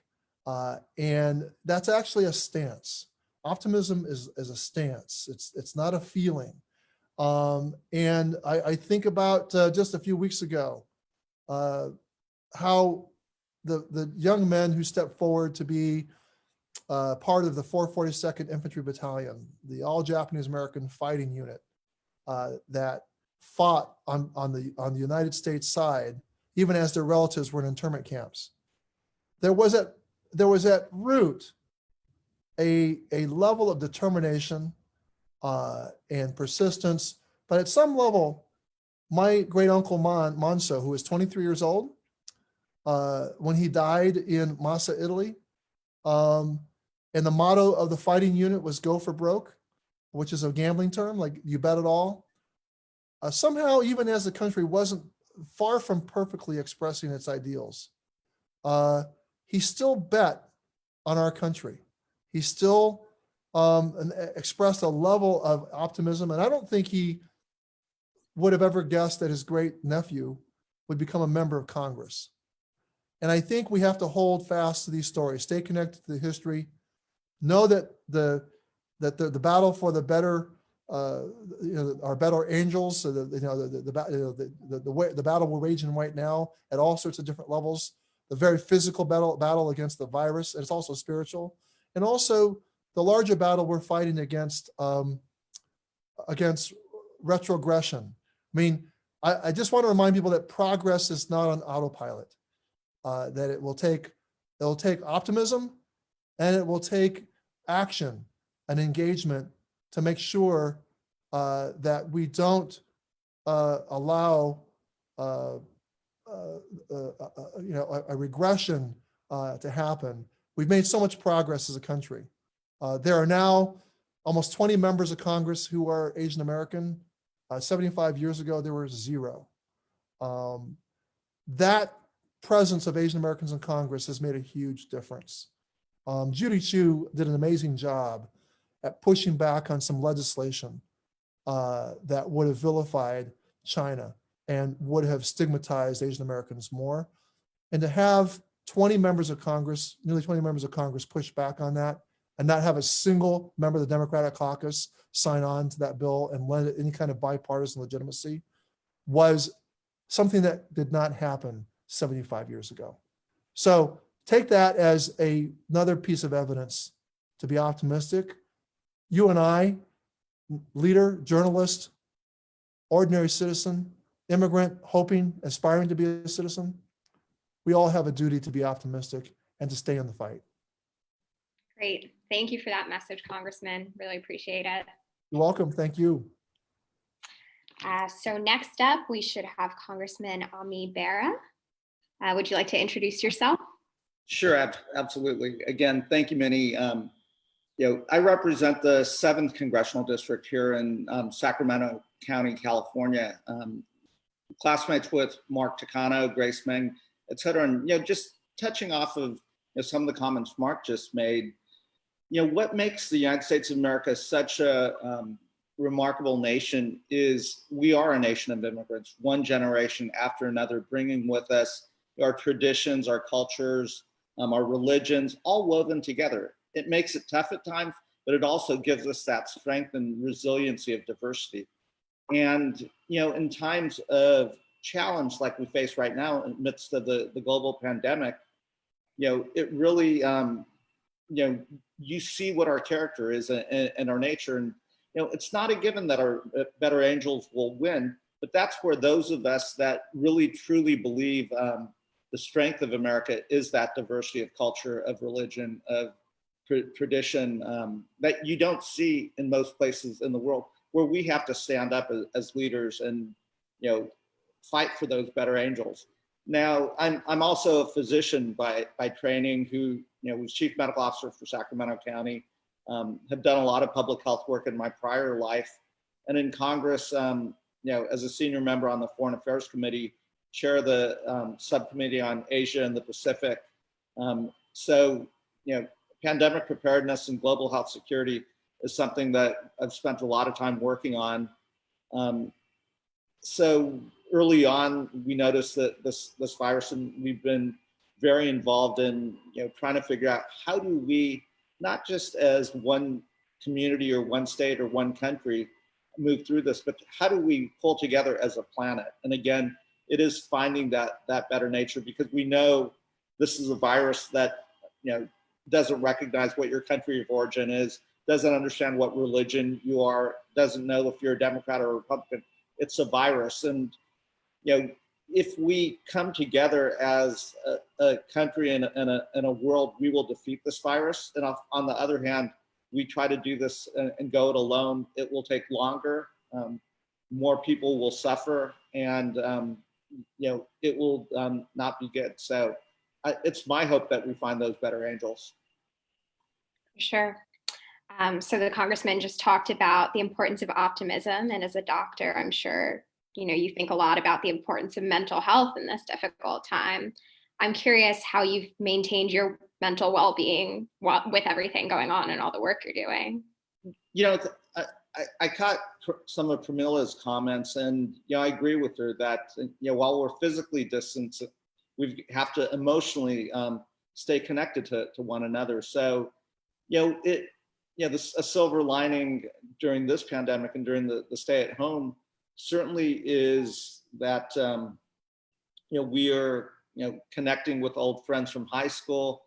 As a family, my extended family, while we're in different locations, we've consciously made an effort to do Zoom calls to have trivia night and just stay emotionally connected to one another. And I think in times of challenge like this, it really does clarify what is really important. It's not the material objects, but it's the spiritual and emotional and personal connections that matter.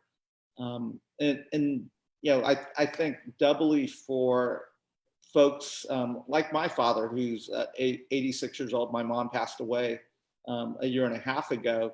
It's particularly hard for older individuals that may be staying at home. So I do think it's certainly an obligation on our part to consciously reach out on a regular basis and check in as we're keeping him physically safe. And I think that goes for folks in our community. We've seen it in our own neighborhood where we have some older neighbors, and we constantly are checking in on them. Do you need anything from the store, et cetera? And I think that is you're seeing that all across the country and in neighborhoods and communities across this country. And that's our better angel.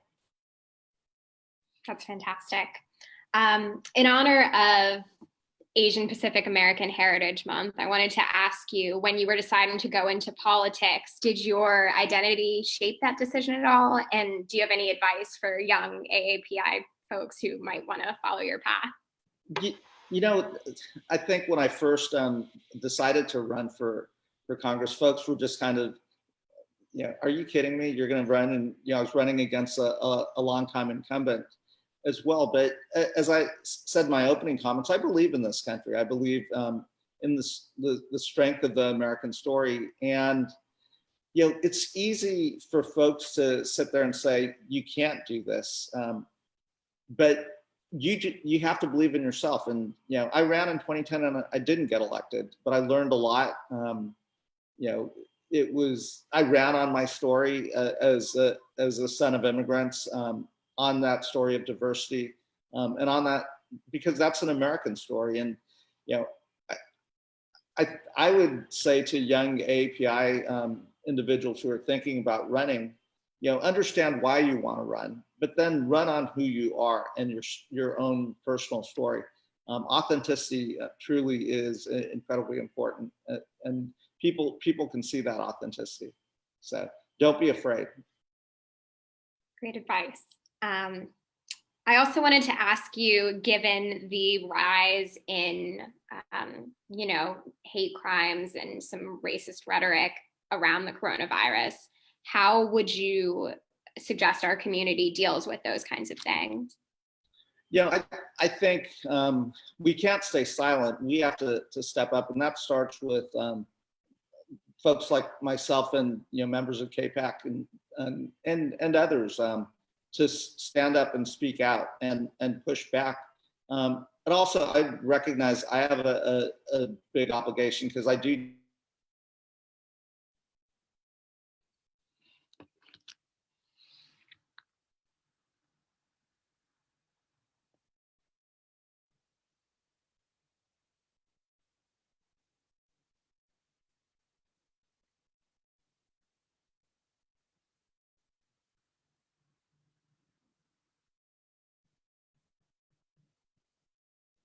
Unfortunately, it looks like we had a tech issue with the congressman's internet. So we appreciate that he was able to join us today. Minnie, thank you so much also for coming on board for these interviews. And we want to also thank Senator Hirono and congressional members Jayapal, Takano, and Oh, great, Mr. Bera, you are back. So And maybe we sorry can, about we'll roll back in for one last question. Okay. Yeah, final question I have for you is, given the hard times that the country is facing right now, what are you thinking about in terms of what it means to be a resilient leader? I think it goes back to just understanding what's important. It's that connection, family, friends, community. And I really do hope we find that silver lining. I'm an optimist, and I do think we will rise to our better nature and have the ability to come together as a country and as a planet to address challenges that we know are right there in front of us. This virus has exposed a lot of the inequities in the world, whether they're healthcare, economic inequities. And the reality is the only way we defeat this virus is if we come together as a planet. And that's going to take all of us rising together as opposed to trying to do this alone. So thank you to APACS for having me on, and thank you, Minnie, for the questions. Be well, be safe, and be kind to one another. Take care. Thank you. Thank you again for joining us. Our next interviewer today is Scott Wong, who is a senior staff writer at The Hill, where he has covered 3 House speakers, John Boehner, Paul Ryan, and Nancy Pelosi.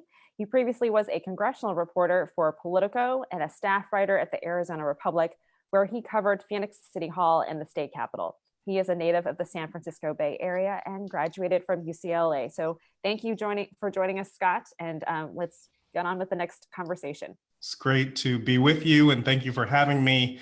Next, we have Representative Stephanie Murphy. It's great to have Congresswoman Murphy here with us today. She has represented Florida's 7th district in and around Orlando since 2017 and has had a rapid rise in Washington. She's chair of the Moderate Blue Dog Coalition and serves on the Powerful Ways and Means Committee. Her family fled communist Vietnam in the 70s when she was just an infant, and she made history as the first Vietnamese American elected to Congress. And I'm hoping she can tell us a little bit about her personal journey today.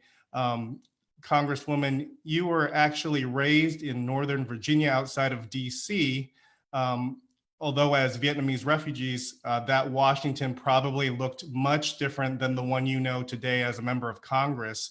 Can you talk a little bit about what that childhood was like, being raised in Northern Virginia, and were there any experiences back then, any lessons from your parents or your upbringing that helped put you on a path towards public service and politics? Thanks so much, Scott, for asking that question, and so great to see everybody, and Madeline for putting this together. Happy Asian Pacific American Month to everyone who's on the call. I actually went to high school in Northern Virginia and grew up in what I would consider in rural Virginia. My childhood was in Fredericksburg, Virginia, so a little bit further south, south of the Mason-Dixon line, as we would say in Virginia. And I actually grew up in a community that was very homogenous, and I was the only minority in my elementary school and middle school, with the exception of maybe one other family. But we would often make a trip to Northern Virginia to buy groceries, Vietnamese, like just to get access to Vietnamese food and Vietnamese groceries. So I think, my experience growing up was a good one in the sense that America welcomed my family. A Lutheran church helped us relocate. My parents were really hardworking, almost stereotypical in the sense that they worked multiple jobs and just kept repeating, get your education, focus on your education, focus on your education. And having had the experience of a good public school education and a shot at the American dream, it's made me incredibly grateful to this country and to the opportunities that exist here in America that I'm not sure anywhere else in the world you could see those opportunities as I was a beneficiary of. Right. And so it did shape my opinion. I love this country so much. I believe in public service. And It's the reason after 9/11, I left my private sector job and went to work at the Pentagon in national security, really feeling like that was the only way to chisel away at the debt that I felt that my family owed this country. And certainly it's a large part of why I decided to run for Congress. And it's a real honor to serve in Congress and to have a chance to try to give back to a country that gave me so much. Was politics or public service discussed at the family dinner table at all, or was it more just about trying to survive and make it in America? Yeah, never. We didn't talk about politics at all.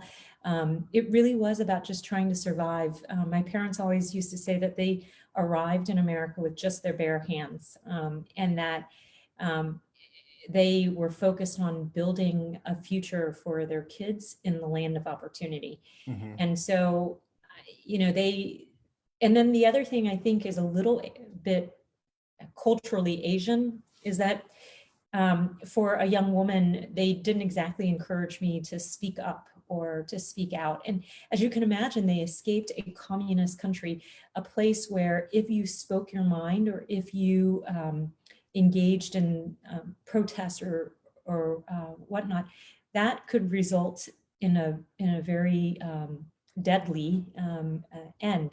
And so I think in many ways, they really wanted me to keep my head down, focus on my education, and just have a better life than they did, but certainly did not encourage me to engage in politics. And in large part, I think carrying the burden of having escaped a place where engaging in politics could get you killed. I always love hearing stories of I was how just calling folks. just to see if you had any questions about the upcoming APEX. Can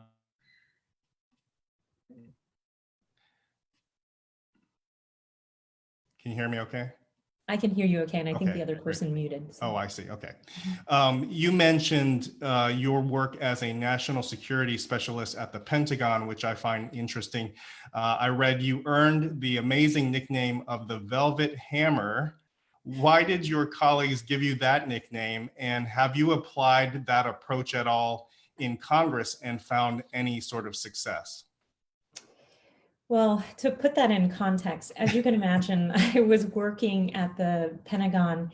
At that time, I was in my mid-20s, a young woman, and I look younger than my age anyways, although that's starting to fade a bit. But I looked like a high school student, I think, when I was working at the Pentagon, and I was given a very big role to coordinate the writing of the strategic document that would govern how we allocated resources at the Pentagon, both from an ongoing operations perspective, as well as the kind of military to military collaboration and cooperation we did with other foreign militaries.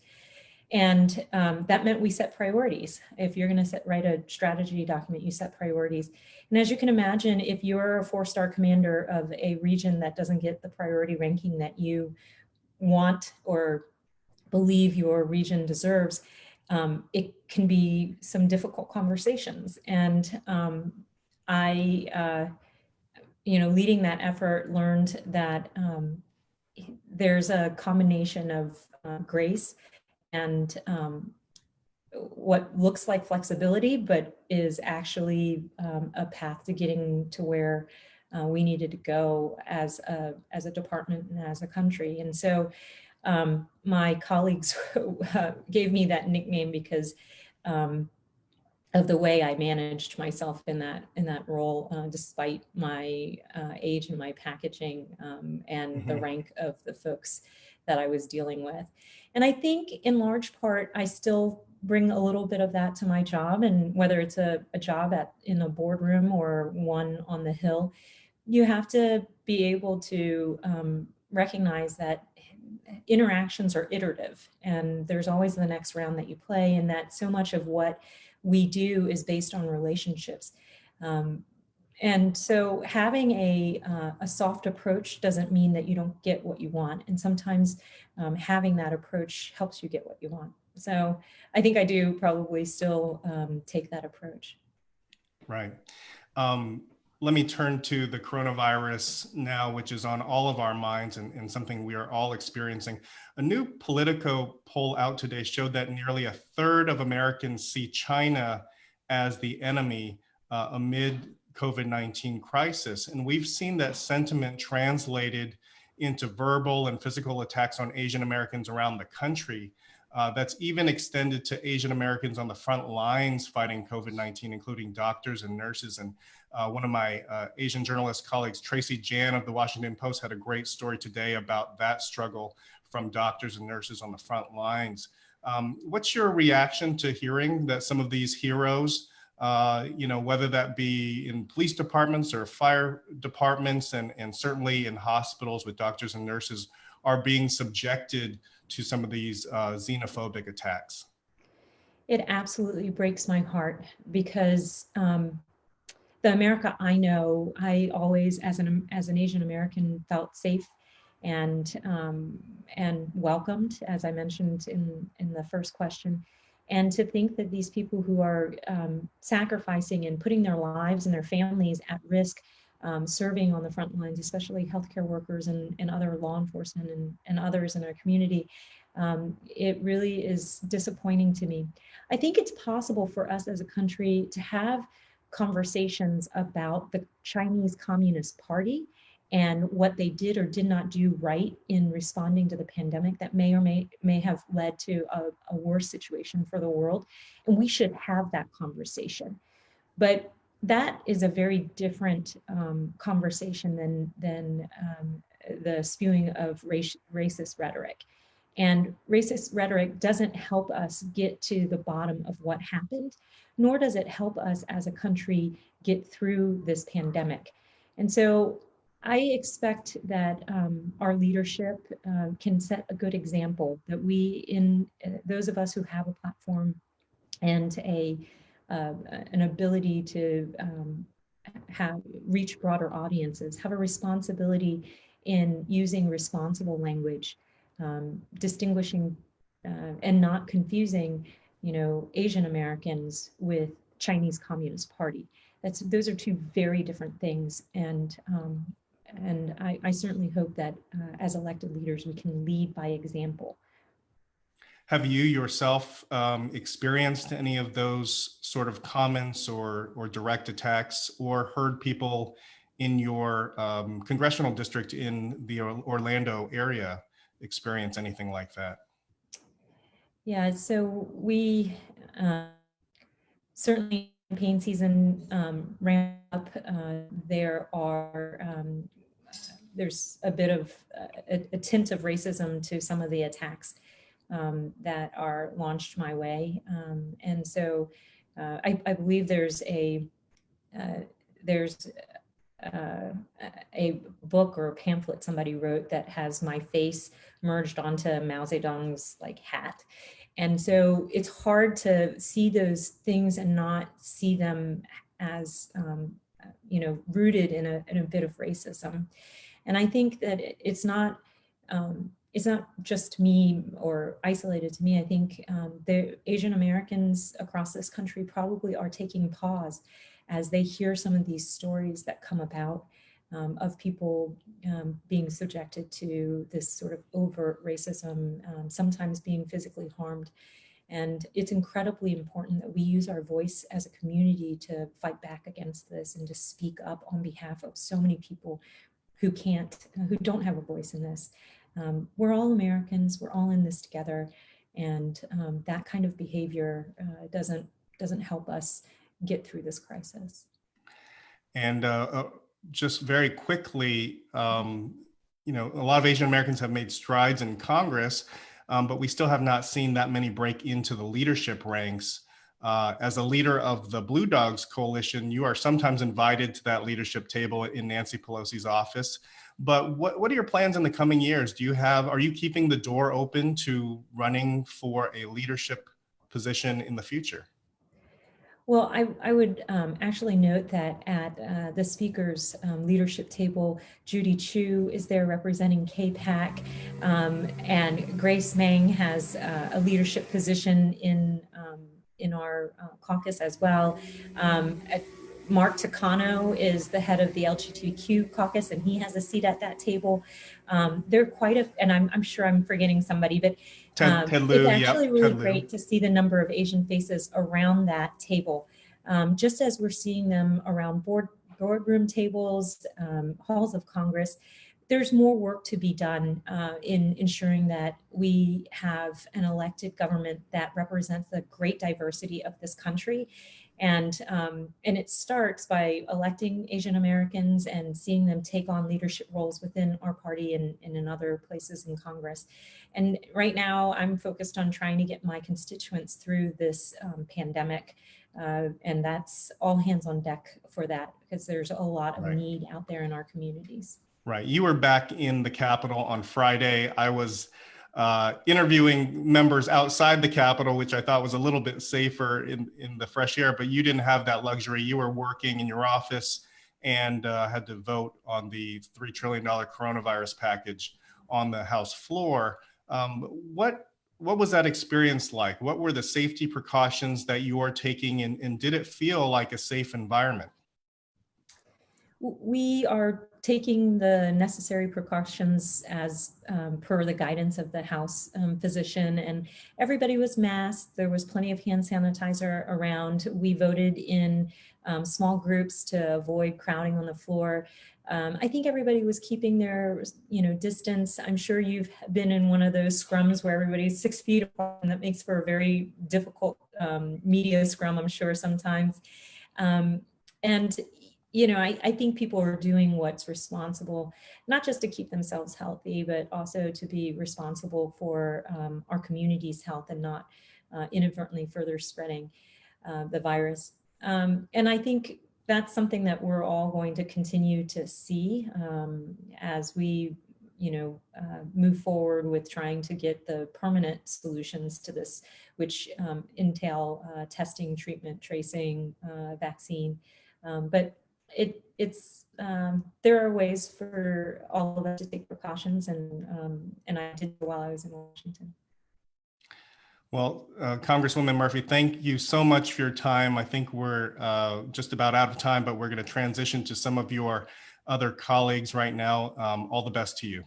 Great to be with you all. Stay safe and be well. Take care. Thank you. And now it looks like we are moving to Senator Tammy Duckworth, who is, I believe, logging on. And as she logs on here, I will just give a short introduction. Tammy Duckworth, as you know, is a decorated Iraq War veteran, a former Assistant Secretary of Veterans Affairs during the Obama administration. She won her House seat representing Illinois in 2012, and 4 years later won a seat in the Senate. In 2018, she made history as the second Asian American woman in the Senate and the first senator to give birth while in office, and later made headlines fighting to change the rules to allow young children on the Senate floor. And it is there I want to start with you, Senator. You and I are both experiencing the coronavirus pandemic as parents of young children who are unable to go to school or to daycare. Millions of Americans are in the same boat as we are, but the Senate has been in session during this period, and you've had to be in Washington most of those weeks. Can you talk about the personal challenges of juggling parenthood and homeschooling and your day job, your Senate job during this time of coronavirus? Yeah. What's been the most challenging and difficult aspects of that? Well, I gotta say that, like many Gen X women, I have my 79-year-old mom living with me, and I've got 2 kids under the age of 5. Wow. So it's literally been juggling my job and my responsibilities, both as a daughter to a senior citizen parent and as a mom to young kids. It's been tough. I have both my mother and my 2 kids are here with me in Washington, so I would be able to see them. Otherwise, we would have had to shelter in place separately, and I would not have wanted to be away from my girls for 14 days. So it's tough. I get up in the morning, I'm homeschooling Abigail. Hopefully the Senate doesn't call a vote in the morning. If it does, I have to drive in, come vote, go back and homeschool her some more. She actually has 4 Zoom conference calls a week. It's crazy how much she has meetings for her school. And you just feel like you're never doing quite enough. You're trying to do more and more and more, which is what working families are facing. And I'll be on a Zoom conference call, and then you'll see my 2-year-old run by with her diaper off and little baby butt passing by in the background. And she's running away from grandma who's trying to put a new diaper on her, but that's just the way it is. And so whatever we do as we try to emerge out of this pandemic, as we're trying to deal with life during these times, we have to be realistic about the lives that people are living right now and the challenges people are facing. And I try to keep that in mind as we negotiate these rescue packages, the CARES Act, each of the versions, to make sure that we get help to people where they need it desperately the most, which is right now trying to juggle life and bills and mortgages and kids' school and all of that all at once. Right. And speaking of the CARES package, you have a bipartisan bill with Senators Klobuchar, Mike Braun, and Tim Scott that would allow parents of newborns, which is of interest to me, having a newborn, to receive relief payments for those children sooner. I assume you're hoping that that bill can catch a ride on the next coronavirus package, but can you tell us just a little bit about that legislation? And then also, how soon do you think we might see some movement of a new package in the Senate? So so the legislation really addresses an issue with the CARES Act that we passed, the first CARES Act rescue package that we passed, that allows everybody to receive the $1,200 payment and then an additional $500 for each dependent. The issue is that it's based on the tax year. So those people who had babies born this year, as far as the IRS is concerned, those babies don't exist till you file your 2020 income tax in 2021. So what we're doing is addressing faulty language in the CARES Act that would allow, it's not faulty language, it's just that it wasn't designed for people based on the 2020 tax year, it's based on 2019 and 2018 tax years. So what it does now is that if you had a baby this year, you would be able to get your $500 payment now instead of having to wait until 2021 to get it. I mean, people who have babies right now, especially working families, and especially if you're an essential worker or a frontline worker, or you're working at McDonald's, keeping my kids supplied with their daily dose of McNuggets, you need that money now. You need to pay, you need to buy diapers now. You need to do all of that now. So we wanted to make sure people could get access as soon as possible. And yes, I'm hoping that it will be able to catch a ride on this next CARES package that we're currently negotiating. It's going to have to pass soon. I know that Leader McConnell has been talking about red lines and all of this sort of stuff.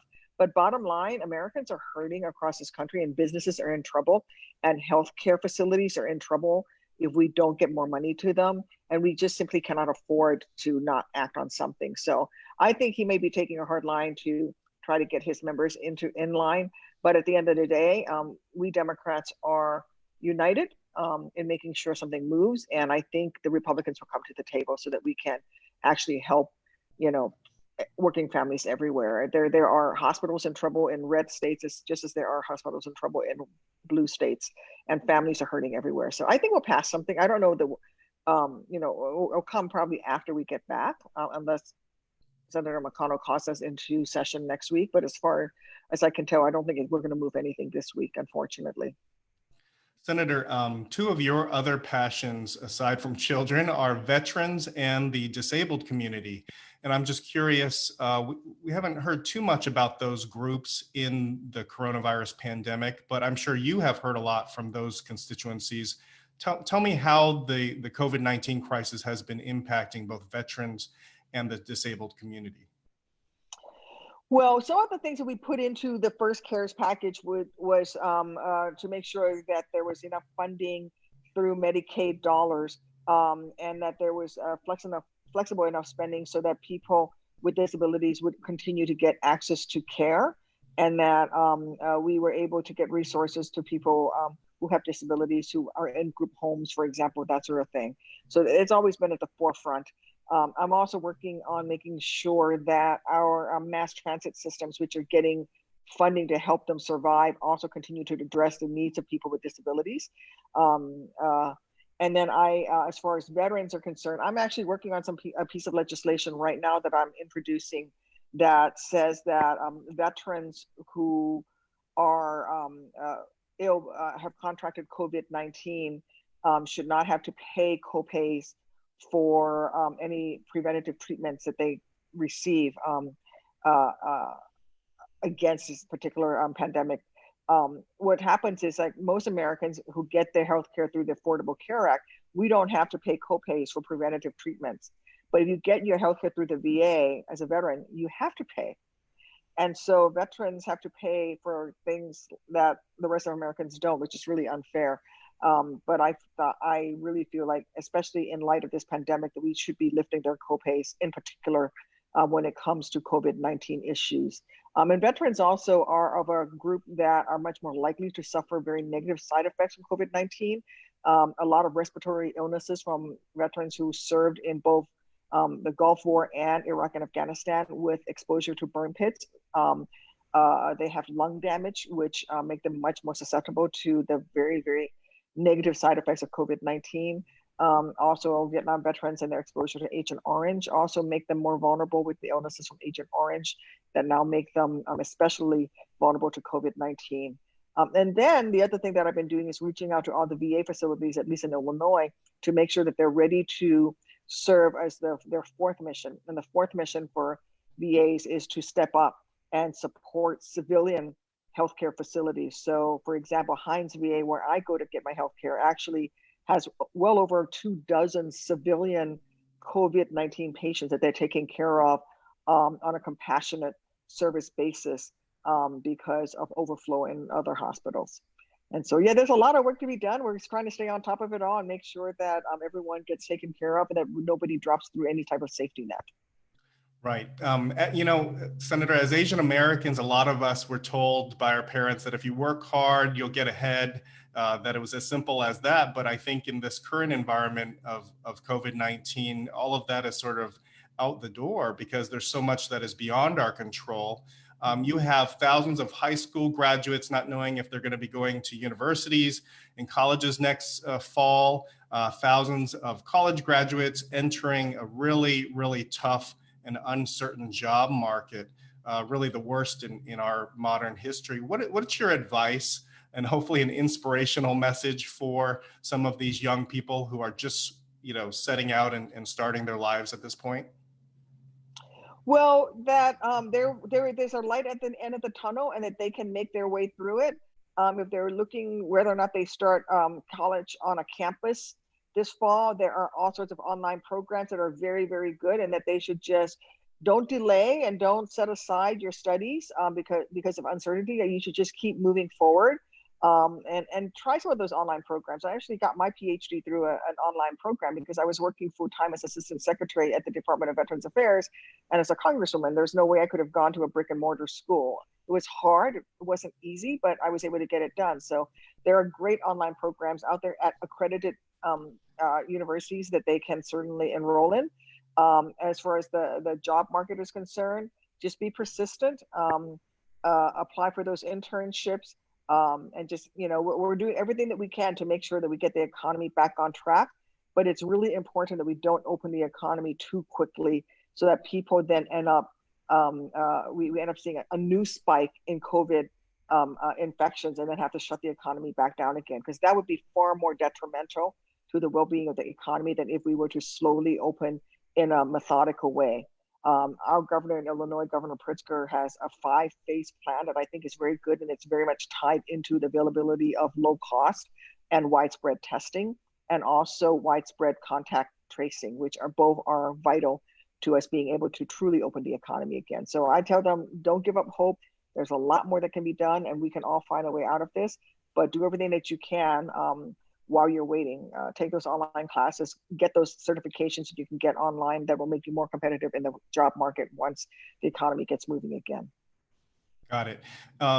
Final question here, and I think everyone would agree that you embody resilience given your personal story and some of the struggles that you've overcome, but I'm still going to ask you anyway, what does it mean to you to be a resilient leader? What does that phrase or that idea mean to you, resilience? Well, number one, I think that I have to set an example. I mean, I knew this at Walter Reed when I woke up. And, you know, I happened to be the highest ranking amputee at Walter Reed for a while. And I knew that I couldn't sit around and mope and feel sorry for myself because there were younger and more junior soldiers who were also wounded. And if I gave up, then, you know, who's going to motivate them? I also owed it to the men who saved my life. They saved my life and I'm not dead. So it could be a lot worse. And so I got up every day. And sometimes, you know, just the act of getting up and doing one thing is a victory. You don't have to run the mile every day, you know, run a marathon every day. Just do one or two tasks.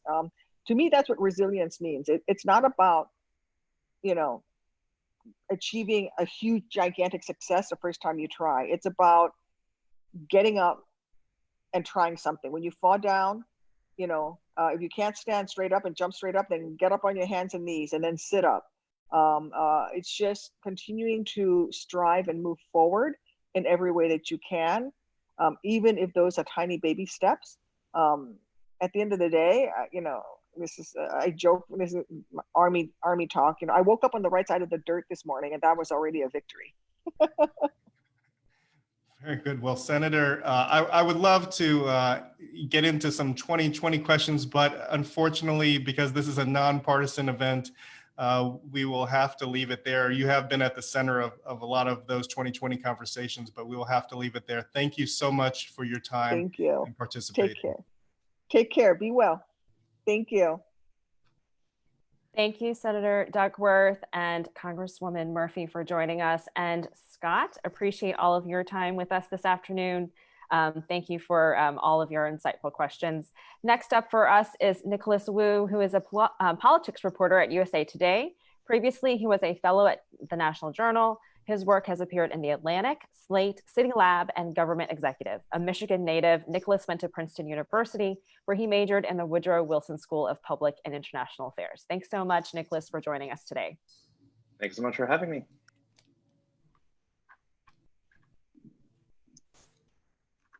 All right, next up, we'll be bringing on Congressman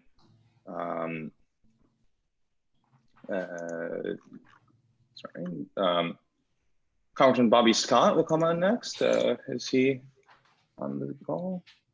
I'm here. Oh, great. Great to see you, Congressman. Are you coming to us from Washington or from Virginia today? Well, I'm virtually from Washington by the background, but I'm in Newport News, Virginia, at my home. Excellent. Would you like to take a couple minutes to introduce yourself for our audience? Bobby Scott. I served in the Army National Guard and Army Reserves during law school. I got elected to the State House of Delegates in Virginia in '77, State Senate in '82, and I've served in Congress since '92. I've served a long time on the Judiciary Committee, on and off on the Budget Committee, and I now serve as chair of the Committee on Education and Labor. I see. That must be a very important committee. You know, despite with everything going on with the coronavirus, could you explain to us a little bit what sort of work you've been doing lately with the Education and Labor Committee? Well, a lot of the things that we're dealing with in responding to the pandemic deal with education and labor, the educational challenges and labor challenges, how people can perform work, whether or not the workplace is safe, whether or not they're reimbursed for work, workplace, healthcare. The United States is one of the few countries in the world where your healthcare is tied to your job. So there are a lot of things that we've done.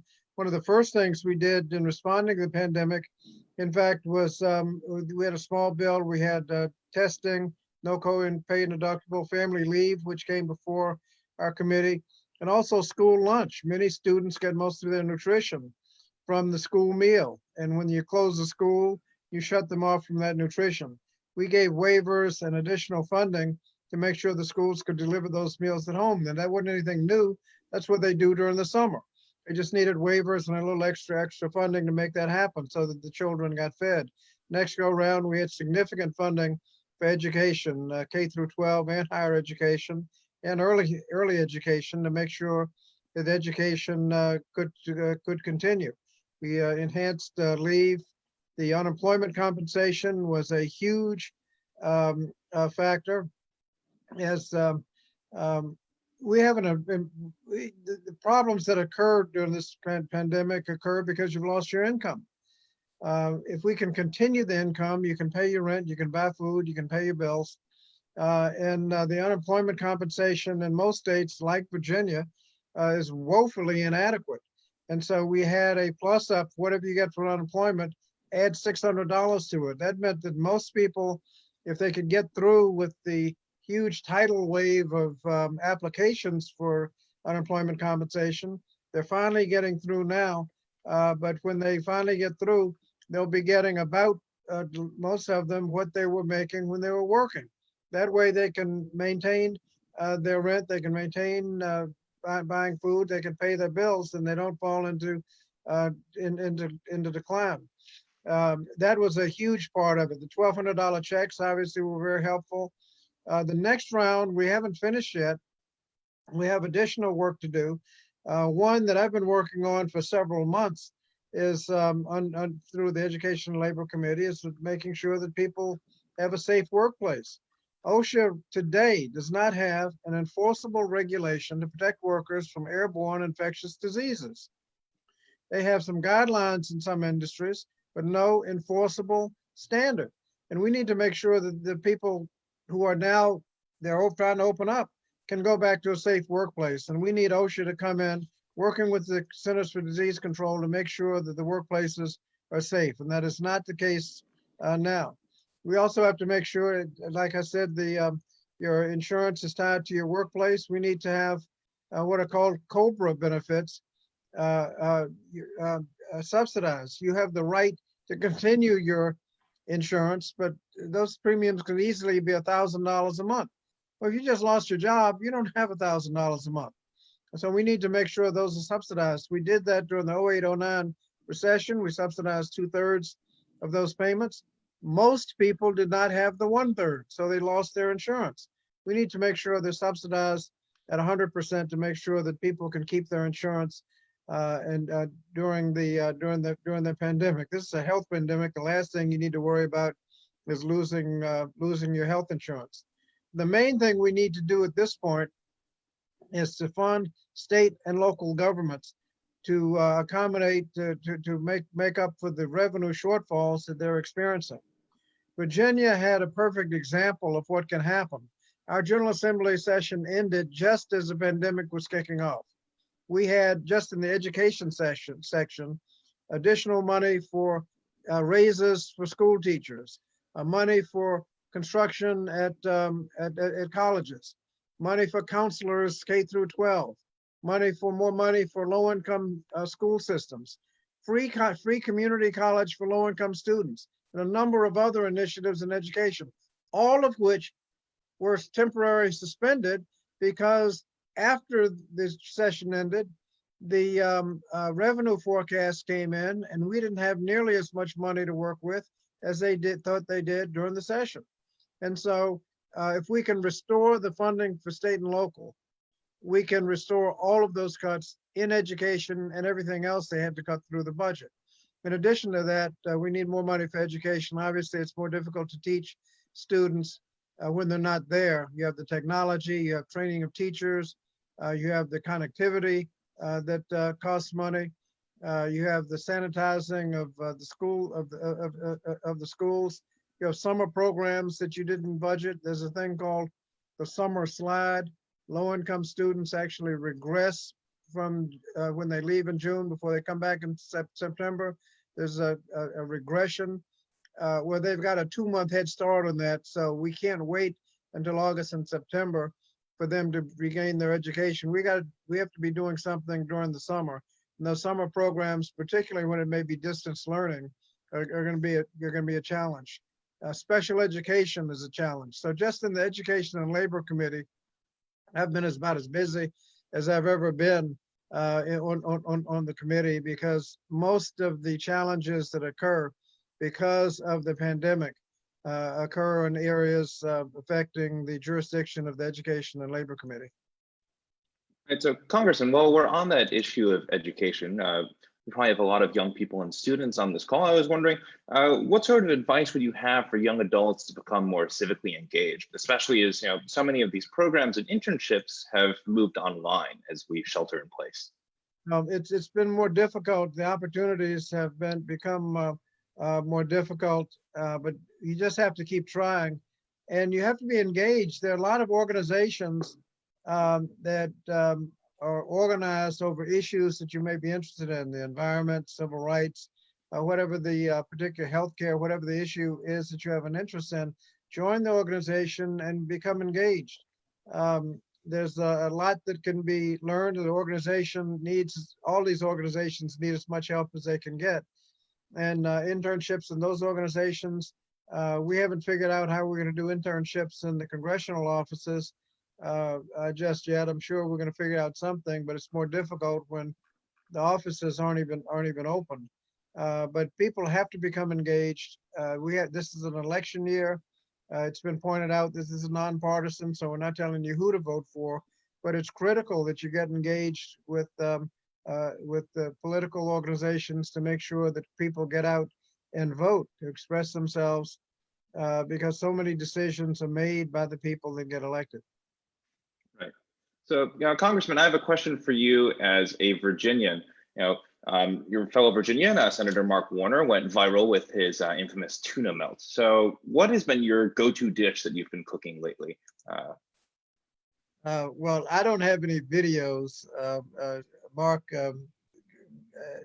did his and has gone viral. But I've been just eating basically microwave food for the last month. I haven't been going out to restaurants. But it's been basically whatever you can spit in the microwave. That's what I've been cooking. Yeah. So what's the first restaurant you're going to go to when you can come out of your home again? Going to be? Well, there are a lot of great restaurants in the area. I can't. I don't know if I can get to all that I'd like to. There's a great variety. There are obviously a lot of Asian restaurants in the area. We'd like to go back to them. There's one right near my office that I go to frequently. But there are a lot of opportunities when they open up in Virginia. They're just opening up at 50% capacity. They're trying to figure out how they can open and stay open with 50% capacity. Most restaurants are on a very thin margin to begin with, and when you have 50% revenue with 100% expenses, it's kind of hard to make the numbers work. So it's important that people get out and patronize the restaurants. That is one area where the employment, there's a lot of people work in the restaurant industry. And if we're not patronizing the restaurants, a lot of people will be losing their jobs. Right. So Congressman, one last question before we move on to the next person in the panel. So in these troubled times, what does it mean to you to be a resilient leader? Well, you just have to work as hard as you can. These are trying times. Things are not operating the way they usually operate. And you just have to adapt. But there are a lot of things, and a lot of people are depending on us to get things done. School children are eating lunch because we took action. Many people are getting unemployment compensation, and that unemployment compensation with the federal plus up of $600 was not only enhanced, it was expanded. Gig workers, independent contractors, self-employed were eligible for unemployment compensation. They've never been eligible for unemployment compensation before. They've lost their jobs, they've lost their incomes, and they have been eligible, and so they've been able to survive with work with unemployment compensation, and that's because of all of the work that we've been doing. So a lot of people are depending on us getting our work done. We did a good job in the Families First bill and the CARES Act. I think the HEROES bill has a significant amount of additional funding to keep it going, significant support for students and their student loans, education, and a lot of things in the education and labor jurisdiction. So people are depending on us, and it's just up to us to work as hard as we can. Got it. All right, thank you so much for your time, Congressman. Next up, we have our subsequent speaker, Congressman Andy Kim of New Jersey. Congressman Kim, good to see you again. Would you like to take a few minutes to introduce yourself for our audience? Sure, happy to. Thanks for having me here. I'm Congressman Andy Kim of the New Jersey 3rd Congressional District, right outside of Philly, stretches all the way from the Philly suburbs to the Jersey Shore. Before I'm a new member of Congress, I've flipped a seat in 2018. I'm the only Korean American in Congress right now. And before this, I was a diplomat, a national security official, worked out in Afghanistan, worked on Iraq issues at the White House. So I've been living a life of public service my whole life. Thanks. Got it. So Congressman Kim, first of all, we've got a question from the audience for you.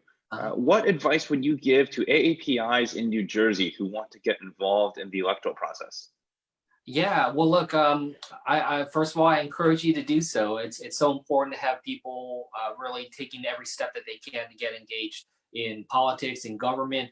The first thing is trying to figure out what satisfies you, what excites you. You know, trying to understand what drives you on that front. You know, for me, you know, early on, I really fell in love with policy type work and really going into that. So I decided to go into government service on the career side. I was, as I said, a diplomat, and only kind of came my way towards the partisan side of things, more political side of things later in my career. But it's just about finding the right way to get engaged. I'd say find a good community.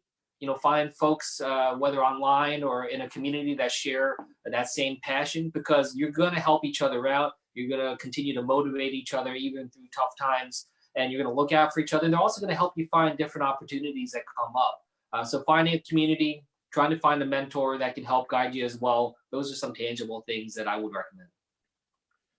Congressman, you mentioned that you made a choice to go between being a nonpartisan diplomatic side or actually going into politics and a more partisan approach.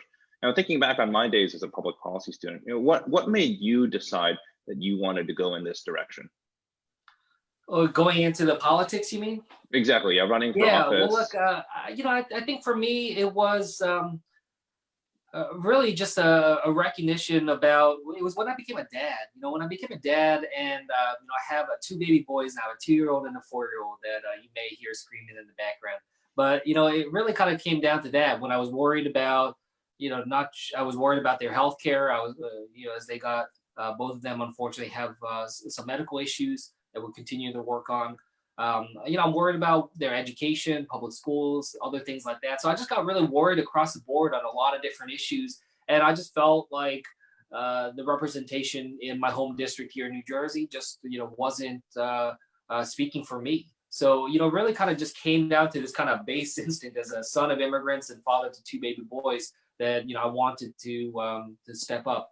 I was taught a line when I was younger that, you don't have good government unless you have good people working in government. And I continue to think through that at all levels, not just on the policy side, but on the politics side. So, I really do think that it's important for us to all think about what it is that we can do, whether you are running for office yourself, supporting people that do so, or at least being, an informed and educated voter. I think that those are all steps that we should try to aspire towards. Right. So, Congressman, reflecting on the fact that it is Asian Pacific American Heritage Month, I was wondering if you could talk about what the Asian Pacific American community could do right now to stay civically engaged, especially in this time of social distancing and as a lot of this outreach moves online, and especially as we've seen this uptick in hate incidents against Asian Americans. Yeah, it's more important than ever for us to be engaged with each other. I think it's important for us to make the case that that politics is affecting our daily lives. I remember just before Election Day, in 2018, I went to a Korean American church in my area. There's not a huge Asian American population in my district, in my area, but I went to this one church and I was talking to an older woman there who was very excited that I might win this election and that I could be her representative. And I told her, well, make sure you get out there and vote. And she just said, oh, well, I'm not registered. And it wasn't like apologetic or anything. She was saying like, I'm not political is the way that she described it. And I think it's important that we make the case to people of that politics. It's not like an extracurricular. This isn't just like a hobby. It's about our lives. It's about the Medicare that this older woman has that takes care of a lot of her health needs. It's about right now the relief checks that people are getting, or the support for small businesses. Now more than ever with the coronavirus, government and politics is in every aspect of our lives right now, and it is actively important on whether or not lives are saved or not. So we've got to make that case, really use this as a place to educate folks, stay together, communicate with each other. And look, for me, even before social distancing started, I had a couple of experiences where people would yell at me, say racist slurs to me because they thought that I was going to infect. I remember I sat next to someone on an Amtrak train who just tried to shoo me away and push me out of the way because they were so scared that I was going to sit next to them. Those are the types of experiences that we need to share with each other, learn from that, and collectively go and engage our elected leaders, our police departments, FBI, and others to make sure that they stand up for us as well. So I hope that we can continue to work together in those ways. Right. So on that note, you mentioned some of the incidents that you faced earlier this year. How are you and your family taking care of your own mental well-being during this shelter-in-place period? Well, as I said, I got a 2-year-old and a 4-year-old, so it's obviously pretty noisy and a little crazy here at home. My wife and I are both, working from home. I think, we're in some ways, with a silver lining, being able to eat 3 meals a day with my kids and my family is an opportunity that we cherish. Trying to enjoy this family time together whenever we can, despite all the tragedies and suffering that we're seeing in our community, we're trying to carve out some space for us to be. So, we just try to enjoy some of that time together. When we have these meals together, it's, phones down, and we just really try to be present and to be there. When you lose that workspace, that work and home life balance, when it merges together, it's easy to just have the work then be pervasive through everything that you do. And trying to carve out some time, saying like, this is the time when we're not going to talk about work, we're not going to check our phones, and we're going to just be present there with my kids. I remember one time there was a really tough time where I was having a string of really tough phone calls with folks in the district and small businesses that are struggling. To go from that, then go back downstairs at the end of the workday and be able to play, hide and seek with my kids in the backyard. Those are the types of experiences that not only help us balance, but helps rejuvenate me, helps remind me, what it is I'm fighting for. I'm sure.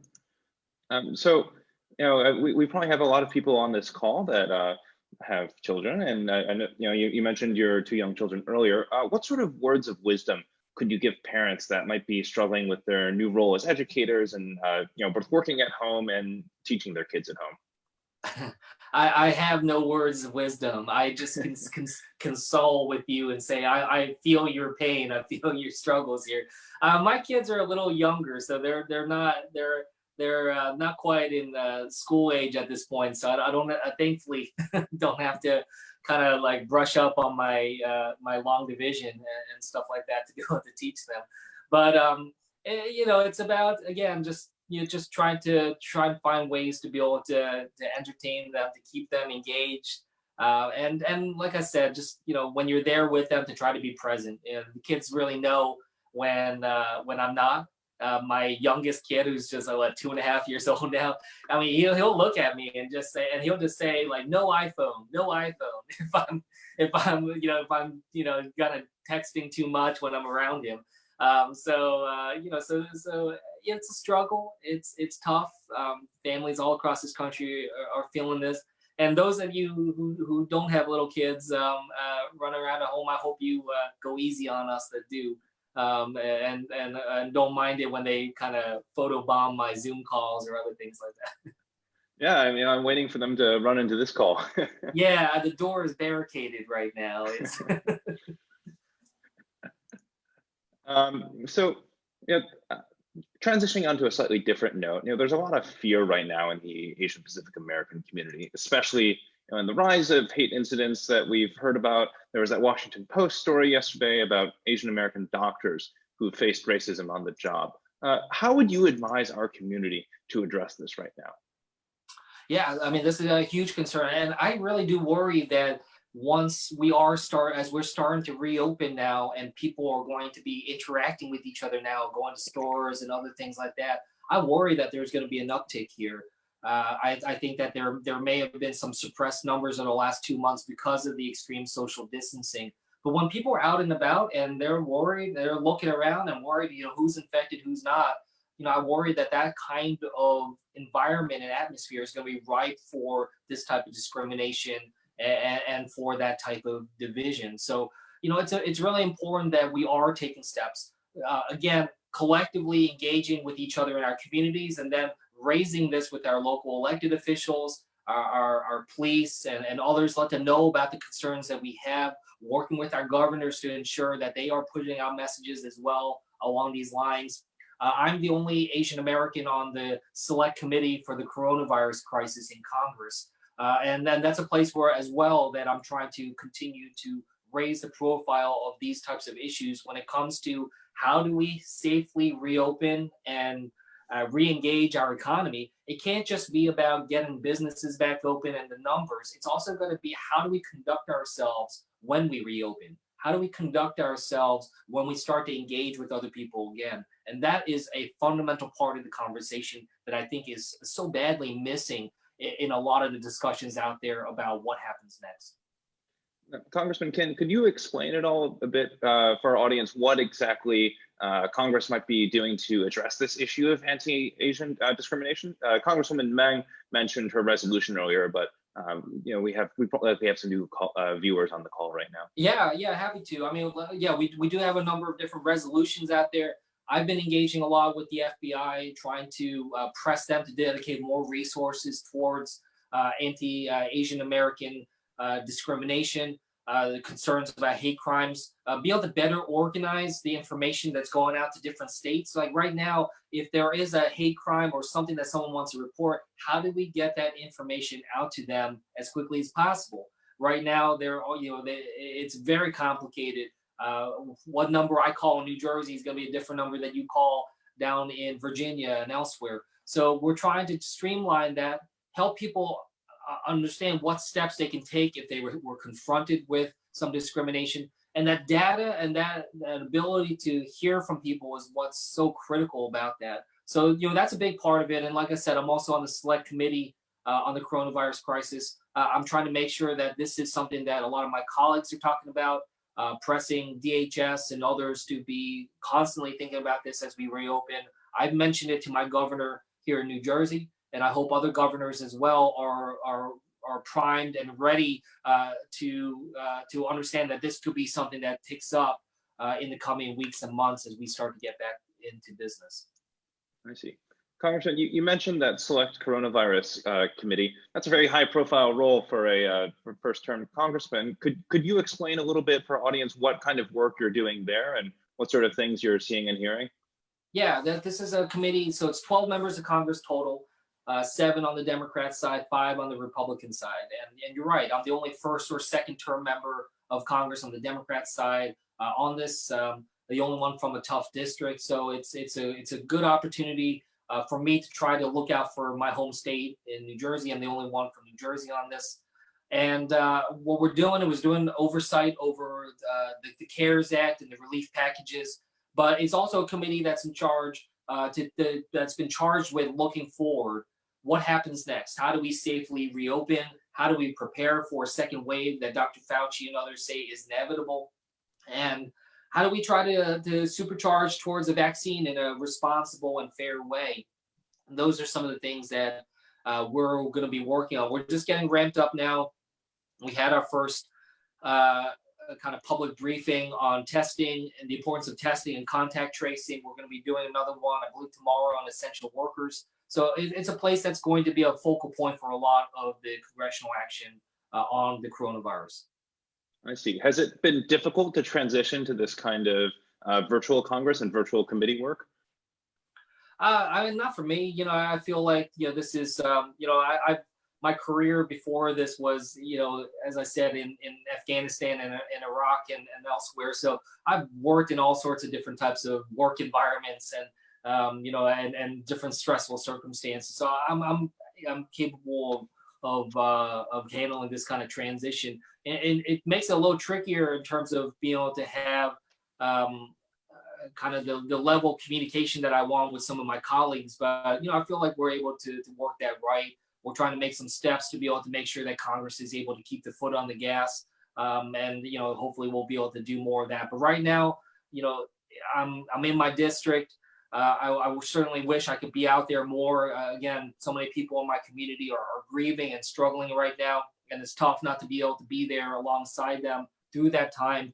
But be able to be here, be able to engage with them, take their phone calls, try to help them out. That's been a really extraordinary experience, and one that I hope has yielded some impact.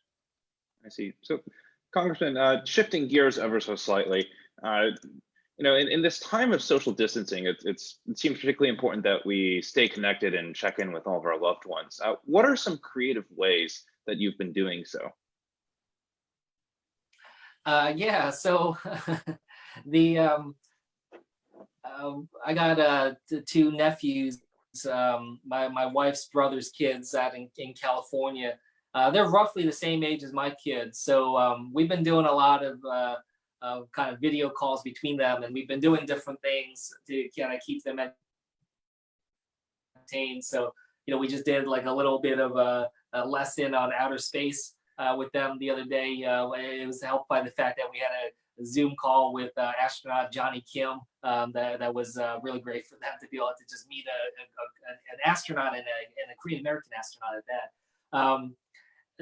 I've been picking up the dusting off the guitar and the cello, and playing some performances for the kids, both here at home and for my family abroad, not abroad, but elsewhere. So that's been kind of fun, just finding ways to kind of dedicate. And I'll tell you, it's also been an opportunity to just kind of reconnect with some friends that I haven't talked to in a while. I think now that everyone's so used to virtual calls and things like that, I've actually found that I've been communicating with some folks more now than I had ever before. So hopefully that'll be something that continues on well beyond this virus. Right. Hey, well, you should bust out the guitar, for more of your constituents, or on the Zoom call sometime. I gotta practice a little bit,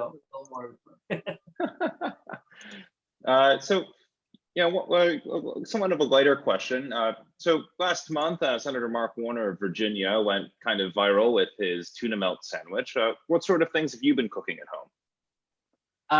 So I'm a barbecue fanatic. I love grilling. So I think my neighbors get worried because I'm literally out there grilling, 2-3 meals a day if I have the opportunity to do so. So we've had a good setup there. So a good rack of barbecue ribs is just about as good as it gets for me and my family. And my kids will actually eat it, so that makes it a bonus points for that. I mean, who couldn't say yes to ribs? Okay, so let me see. Right now, as we transition to this, so a question for the younger members of our audience on the call right now. So often politics isn't spoken at the dinner table. How would you suggest our community members broach this idea of civic service?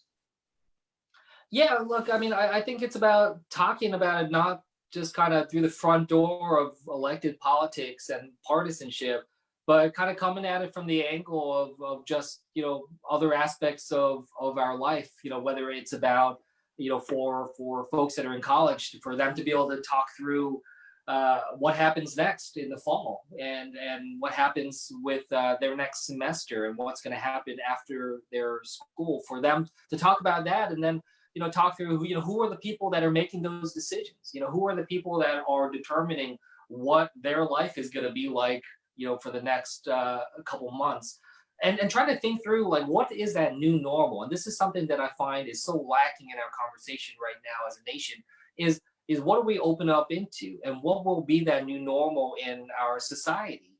I think that those are ways that we can have a lot of the conversations about politics and what kind of world do we want to live in. What do we want the post-coronavirus America to look like? Not just in terms of just the financial situation and the health crisis, but just how do we want to engage with each other? That is a conversation about politics. That is a conversation about engagement, but it doesn't have to start with a conversation about Democrats and Republicans and the tribalism that too often dominates what we think politics and governance actually means. It shouldn't be about that. Right.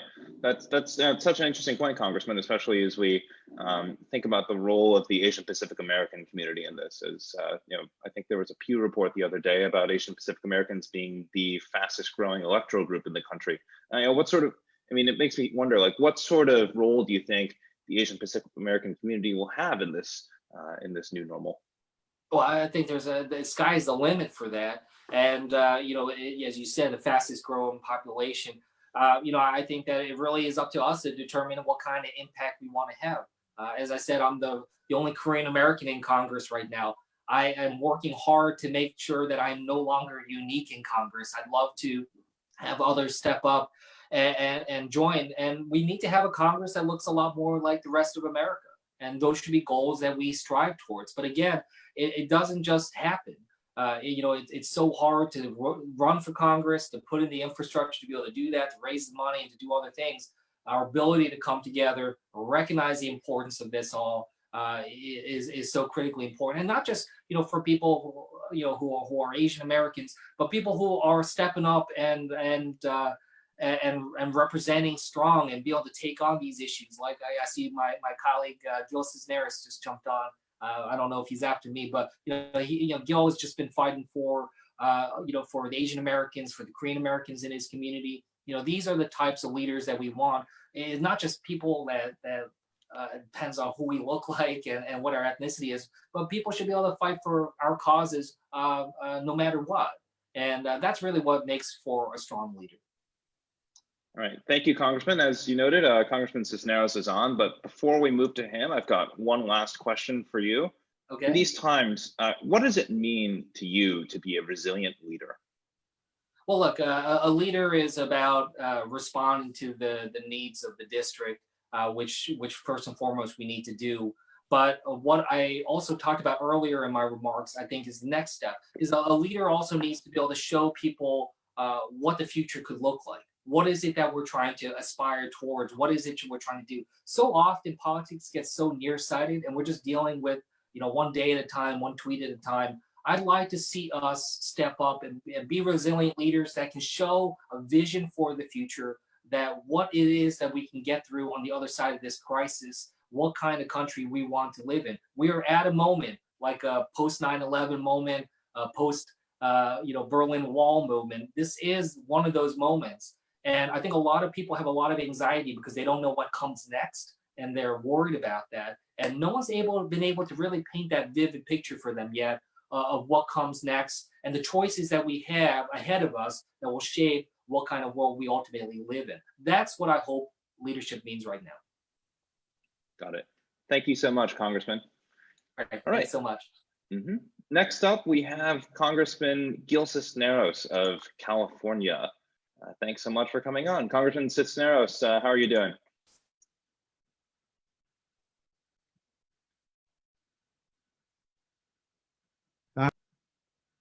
Hopefully you were doing well.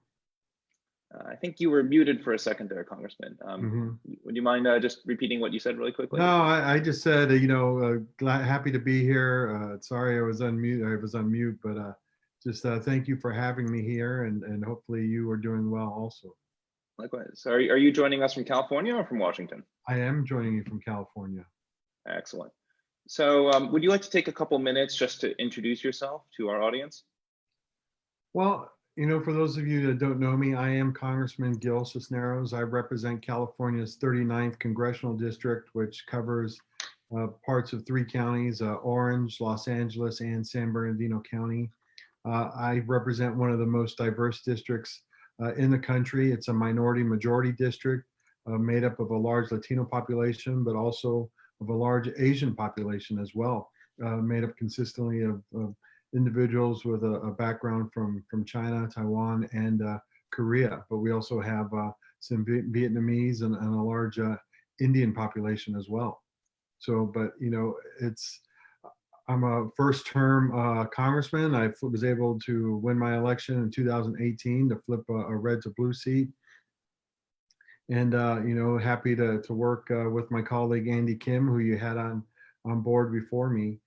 But I'm very happy to be a part of CAPAC and to represent the Asian American Pacific Islander community as well. And while my background is primarily Latino, I always say my family is part of the melting pot that is the United States. I have relatives that are Chinese. My Uncle Peter, his wife, my Aunt Sally, is from China. So I have cousins that are half Chinese. I also have cousins that are, part Hawaiian as well. And so, my family it resembles that melting pot, and I'm happy and proud to represent the 39 and to represent the AAPI community in my district. Excellent. So, Congressman, first things first. So, as many of us in the country shelter in place right now, how have you and your family been taking care of your own mental and physical well-being through this? Well, it's we try and make it fun. It is tough. I'm sure as it's tough on a lot of our viewers out there that are listening in and watching. I have two young boys. You can kind of maybe see them in the back there. I have 6-year-old twins. For them, they kind of understand what's going on, but not really. And they want to be able to go outside and to do things, and we can't really allow them to do that.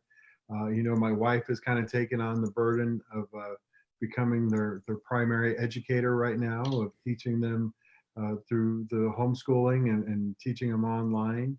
So, it can be tough, but, we're there together to support each other. And, the boys are bouncing off the walls a little bit, but, they're rambunctious 6-year-olds. And so, but, everybody's doing well and everybody's healthy, and that's the most important thing. That's great. How's it been for everyone, living and working at home together? It can be a little tight. Like everybody kind of has their corner, right? I'm kind of in the using the office space right here, just off to the bedroom.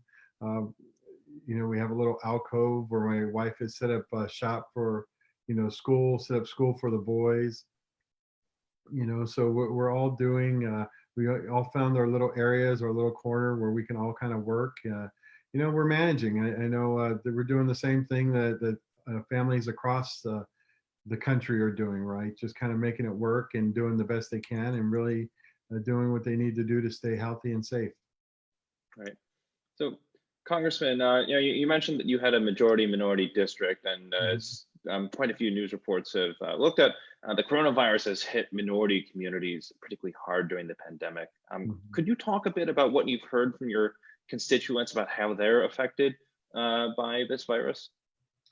Well, the virus is, it doesn't really know anybody, right? Or know any of the differences, and it can attack people regardless of their ethnicity or their social economic status. But, the one thing that we know why it is tending to hit minorities, in these communities, it's because of their health issues that they've already had beforehand, which makes them more susceptible to the virus. And there could be like some pre-existing conditions that they might have, whether it might be high blood pressure or diabetes or other issues that kind of make them a little bit more vulnerable than others.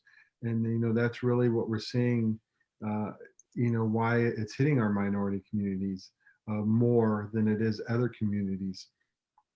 So, there's other issues that, we know we're going to have to go on and really take care of, regardless whether the virus is here or not, right? We need to make sure that that people have access to quality and, affordable health care. And, this administration has really been trying to take that away, trying to get rid of the Affordable Care Act. The Affordable Care Act in my district has been able to help, thousands of people get insured, especially in our Korean community in the district, which, there was a large number of uninsured individuals in the Korean community that have been able to go and to get insurance because of the Affordable Care Act. And so this is why we need to continue to fight, to maintain this program and to make sure that people have access to affordable quality health care. I see. So, Congressman, I noticed that you sit on the Committee on Veterans Affairs. Could you talk a bit about how the coronavirus has affected veterans in your district and beyond? Well, the veterans are, a lot of our veterans tend to be older. They're in those demographics that are, a little bit more vulnerable. And so that's what kind of makes them more susceptible to, the coronavirus. The VA needs to get out there and to really make sure that we are taking care of our seniors, taking care of our veterans. There's procedures and stuff that people need to get done. I was on a town hall earlier today, and there was an individual talking about how he's been wanting or needing to get surgery done, and he hasn't been able to do that because of the coronavirus. And so he's wondering when that's going to happen. So we need to make sure that we're not only taking care of our veterans around the coronavirus, but other issues as well. And so it is important that we take care of this. Like I said, a lot of our veterans are older now. They're in those vulnerable communities. My dad was a Vietnam veteran. He's in his 70s now. And so we need to make sure that those individuals that served our country, that we put them first and foremost, and we take care of them and they get the treatment that they need. Right. So changing gears ever so slightly, last week, APACs and several other groups, I believe, held a webinar on Asian American Pacific Pacific Islanders and the census. Why is it so important for the AAPI community and minority communities as a whole to fill out the census? Well, our minority communities are the least likely to fill out the census. And the data and the information that we have shows that the AAPI community is the least likely of all our communities to fill out the census. So what happens there is when people don't fill it out, they get undercounted and they're not represented. And it not just maybe, in California here, it's likely that we will probably lose a seat in the House of Representatives. If we don't fill out the census, it can be even that we get undercounted and we could lose even maybe 2 seats. So it is important that we get counted. And really, it's not just about drawing out, our congressional districts, but really about federal funding. How we decide we're going to send federal dollars, how much federal money is going to be sent into a certain area is really based on that census data that we're doing right now for 2020. And I know the federal government has extended it. So if you haven't filled it out, please get it done. You can go to 2020census.gov if you need more information. But it is important to get this done because we don't want to be underrepresented. I have, a third of my district is AAPI. And if they're not filling out the census, they're going to get undercounted. And when it comes time to decide where are we going to build that new school, or where's that police station or that fire station going to go, federally funded programs that, could be like Meals on Wheels or other programs, that distribute federal dollars. If we're undercounted, then we're going to get underfunded, and we don't want that to happen. So please go out and fill out the census if you haven't done it already. Get your family to fill it out. Get your friends and everybody. Make sure they fill out the census. Now, what if families don't have access to the internet? Is there another way for them to fill it out? So yeah, so they can go. You can. The great thing about the census this year is, right, it's being done in multiple languages. This is the first time really that they are pushing people to the internet to get it done, and you can do it either on your computer and you can also do it on your phone as well. But if you don't feel comfortable doing it that way, you can go. You can do it over the phone. It's being done in multiple languages. A lot of our Asian our Asian languages are able, they're able to do it in their native language so that they can get it done. But also, you know, eventually too, right? If you request the packet, you know, like, you know, a lot of us before are used to getting the packet in the mail to get it done, where you would bubble in the sheets. If you want that, they will send it to you as well. But please, you know, go to the website 2020census.gov to get that information. And you can, there's multiple ways that you can fill it out. I see. So, Congressman, I can't help but notice that DAB trophy sitting behind you. You know, we have a question, you know, for many of the people on this call that have children. What sort of words of wisdom could you have for parents with young children who are now kind of thrust into this role as educators while everyone shelters in place at home? Well, you know, I think it's more, you know, it's really the parents, I think, who need the relief and the support. You know, my kids are doing great. And, you know, it's the thing is, I would say, and this is maybe something my wife has kind of talked to me about, you know, she's primarily doing most of the work of educating them, and really, you know, I give it to our moms that really, you know, take care of us and support us. And my wife is doing a great job with our kids. But, you know, I kind of come in there sometimes and I kind of, you know, they're in kindergarten right now. They're still very young. They're learning, you know, they're reading now and they're doing math. But I get this excitement of watching them learn.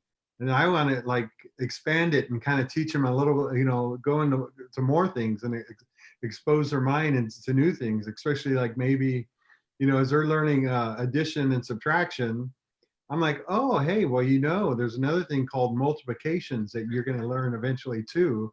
And I kind of started, my wife's like, what are you doing? Like, you know, they don't need to know that yet. They're not, and it kind of in a way, I think frustrates them. So, you know, just the thing is, right, we're not teachers. This wasn't what, you know, we weren't trained to do this. So I would say to the parents, just be patient with your children. You know, keep exposing them to things so that they'll want to learn. But, you know, just be patient with them, and, you know, just do the best that you can. Like I said, this wasn't something that you were trained to do, and it's not your profession. And, you know, because of the situation we're in, we're all having to put on different hats to help out and to do different things. But, you know, just do the best job you can. And that's all we can ask of anybody. Right. So, Congressman, somewhat of a more lighthearted question. So, Senator Mark Warner of Virginia went viral last month with his tuna milk sandwich. You know, what sort of things have you been cooking at home with your family? Well, you know, we're trying to support our local restaurants a lot to kind of, you know, help them out. So, you know, we do order, you know, dinner out a lot, but I really get into these cooking gadgets. And my latest gadget was I had just got an Instapot. So I've been kind of experimenting with that a little bit. It's kind of actually really cool. It's not only a pressure cooker, but it's also an air fryer as well. So I've kind of been, you know, I tell myself I'm eating healthier because I'm cooking fried shrimp in an air fryer rather than just, you know, cooking it directly in the oil. But I've done that. You know, I've made some chicken enchilada soup. Just really kind of trying out new things with the air fryer and just kind of experimenting with it. That's awesome. You know, as someone else who also got an Instant Pot relatively recently, I love the thing. It's been really helpful. No, they're amazing. There's so many like things. I even like has a, for those of you who know cooking, right? The sous vide, it has a sous vide feature where you can kind of cook the meat. And I actually made steaks one day using the sous vide, kind of cooking them in their heat. And then actually, I thought it came out really good.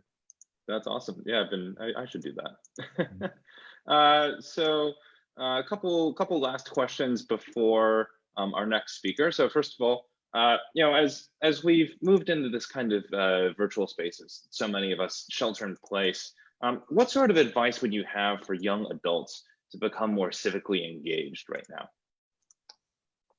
You know, I think whether we're in this pandemic now, but even if we weren't in it, right, it's really, I think, about getting involved and really kind of raising your voices, find out what's going on in your local community and how you can get involved. That's really what, what I tell young people all the time. We all have our issues that we can rally around. Some, we may have a specific issue that may be more important to us than other issues.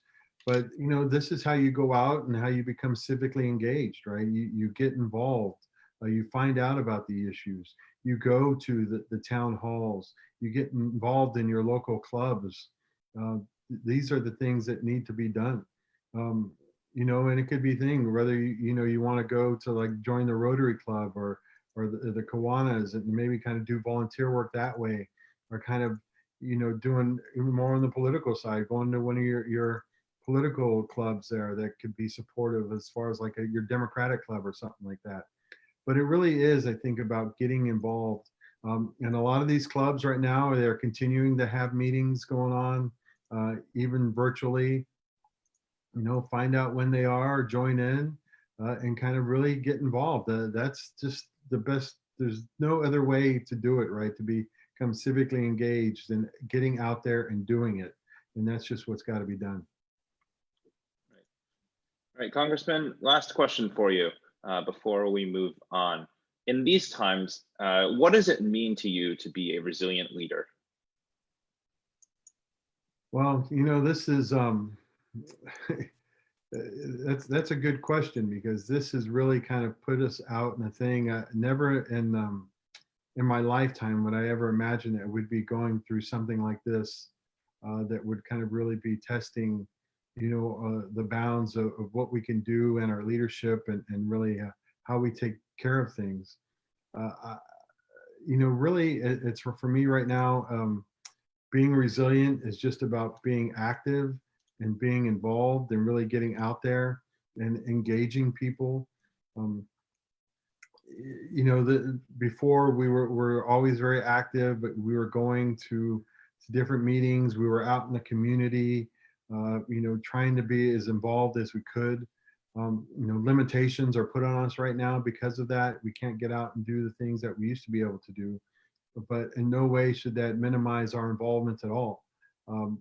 Zoom has been an incredible tool, whether you're using Zoom or Microsoft Teams or whatever, whatever your platform may be, to really go out there and to engage your community.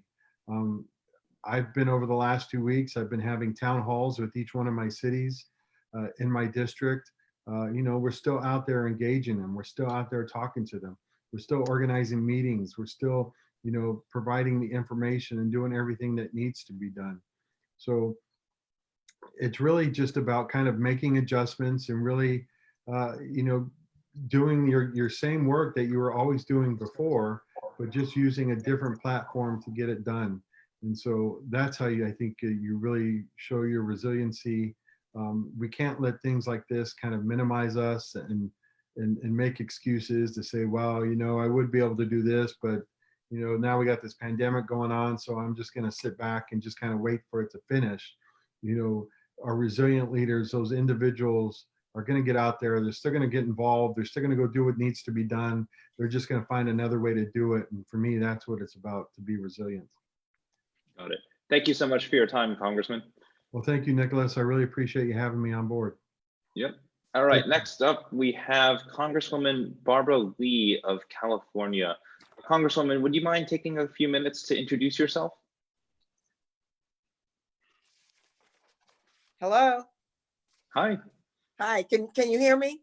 Yes, I can. Okay, well, thank you so much. My name is Barbara Lee. I represent the beautiful, very diverse 13th Congressional District, everything between Albany, California and San Leandro, California.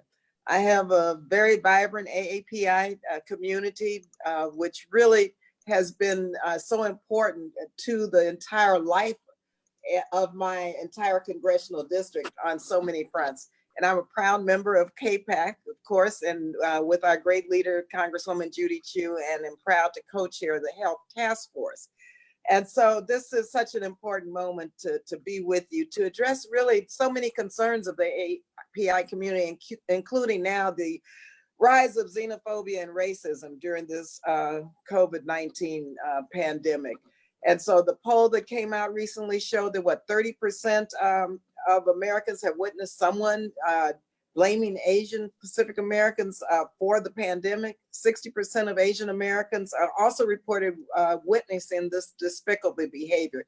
As an African American woman, let me just say this is unacceptable. There's no place for hate in the United States. I know this very well based on who I am and where I come from. And so I join with the AAPI community to fight against these terrible hate crimes and incidents. And so also we're looking at how COVID-19 is impacting the AAPI community. We have to continue to fight to disaggregate the data so that we can be sure that the proper care and treatment during these challenging times are provided for the most impacted communities. And we have to make sure, again, we've been doing this since the Affordable Care Act, especially with CAPAC, that we have culturally competent and linguistically appropriate care for everyone within the AAPI community. Healthcare must come from our local community groups who understand our neighborhoods and not from big national organizations. And I'm so proud to represent the Asian Health Services, headed by Sherry Hirono. In my district, they've done phenomenal work for the last 40 years and will continue to do so. And so I just want to take a moment to give a shout out to my constituents in the 13th Congressional District and to say thank you for making me proud, thanking you for stand for One Nation, for beating back and fighting on the public charge issue each and every day. And so just know we have a broad coalition with the AAPI community, and I really thank you so much for giving me a chance to be with you. Anytime. So, Congresswoman, first up, I wanted to ask you about how you and your family are doing right now as so many of us shelter in place. How are you taking care of yourself and your family's own mental and physical well-being? Well, thank you for that.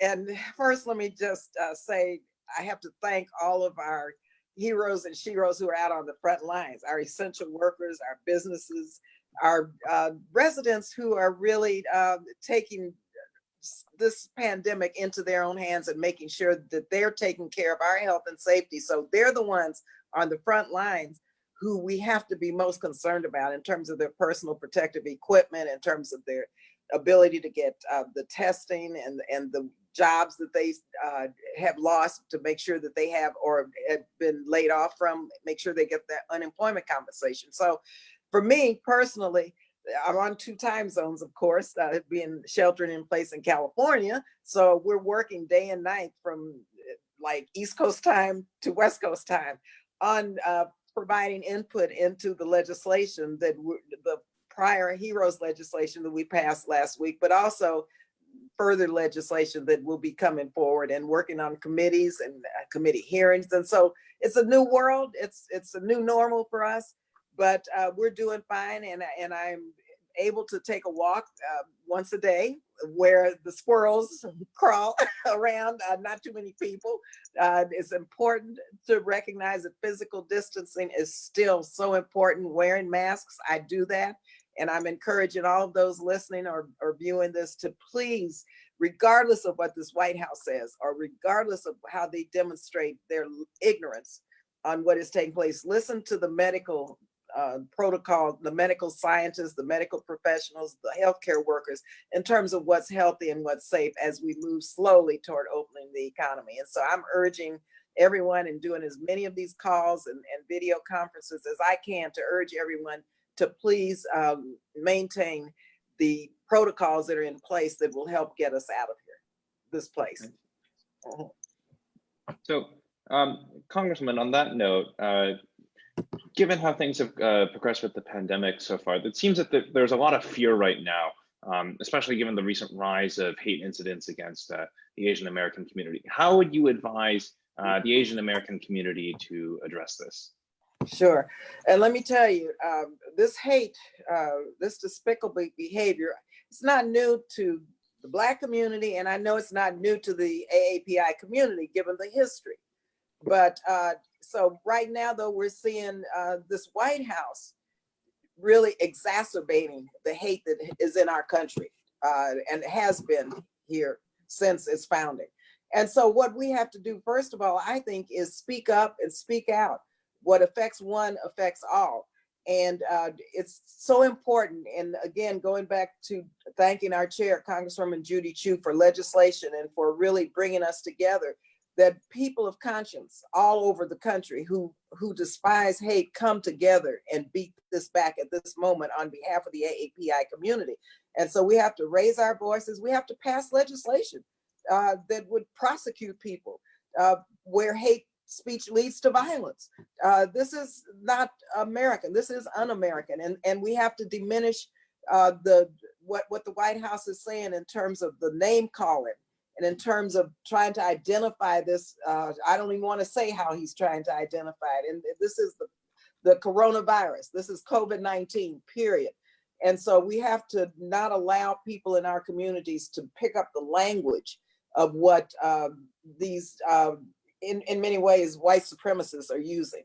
And I have to just say, the president of the United States is using this language too. So it's going to take all of us to fight and beat back. And I have to just say to you this, we have to make sure that we participate in the census that's coming up, because, you know, the AAPI community's count is extremely important for healthcare, for education, and for helping to organize against this hate in terms of ensuring that the resources are in the community to empower the community. And also elections are coming up. And so I would say that part of beating back hate right now is saying no more to this. We're going to register, we're going to vote, and we're going to have a large turnout in November to make sure that we grow the House, take back the Senate and the White House, because we have to have leadership that is going to say that this is not a country that we're going to allow the hate and the despicable behavior and the horrible attacks and violences taking place in the community, because this leadership at the top. So we get leadership at the top through elections. So, Congresswoman, on that note, what would you advise, or how exactly can Asian American and minority communities stay engaged right now, especially in this time of social distancing? Sure, well, you're doing it today. And we have to be creative, I think. And a lot of us are meeting new people. I know you're meeting a lot of new people through sheltering in place, because we're developing a larger base of supporters and getting to know each other. And I think in getting to understand and know each other's communities, we all are really growing personally and building stronger coalitions that are based on intersectionality, you know, where we all connect on some level or the other. And so I think connecting and reaching out to other communities, reaching out for me as an African-American, of course, being involved with the AAPI community, with the Latinx community, with the Native American community is so important. As a member of the Black Caucus, you know, we have a tri-caucus. I think we have to strengthen our ties in all of our communities of color. And this is a good time to do that. And this strengthens all of our communities, because in unity and working together, they can't touch us, they can't stop us. And so we need to take this moment, I think, to really build those coalitions and recognize that each community has their own specific and unique issues and needs and aspirations, but we're all together trying to fight on behalf of everyone in this country. I see. So, Congresswoman, on that note, you know, even as many programs and internships have transitioned online, what advice would you have for young adults, you know, addressing the young adults that are on this call to be more civically engaged? Sure. And civic engagement with young adults is key to winning elections, first of all. And so I would say, you know, right now, and one thing that I'm doing is this. I'm working with young people to make calls to older people, wellness calls. Get engaged in some civic opportunity right now, or a civic engagement opportunity, to be in touch with others. Young people have tremendous skills and leadership capabilities to really help train older people on the use of technology. Why not have a class and reach out to those who don't understand how to use technology and teach them how to do that? So this is a void that young people right now during this pandemic can fill in terms of community service, which leads to community engagement. And believe you me, we would love to have the brilliance and the input and the expertise of our young people during this period to help with technology utilization. And also just in terms of checking in, saying hi to people who are shelter in place, saying, do you need anything? Do you need us to pick up groceries for you? You know, just the basics right now, I think people will really appreciate, and young people certainly have and will continue to rise to the occasion. And those who are pondering what to do, you can read to school children, you know, do some art classes, do whatever your passion is, but find a way to do that during this period to help somebody else. That's great. So Congressman, on that note, so how have you been keeping in touch with your loved ones? Are there any creative ways you've been doing so during this time? Oh yes, you know, FaceTime, you know, I have 2 grandchildren in Illinois.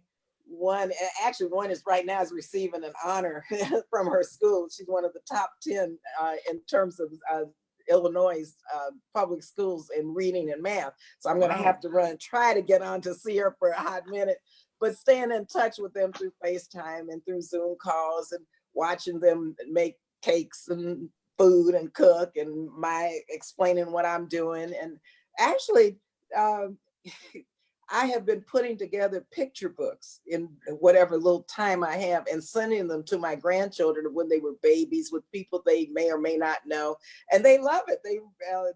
I'm not sending them through the computer. I'm not sending them through the photo app, but I'm actually making little books and they're carrying them around the house and who is this, who is that, and so I think doing those little things for me personally is nice. And I even got a written hand note from my 11-year-old granddaughter. I never have gotten a letter from them in their handwriting on a little card thanking me. So there are little things like that.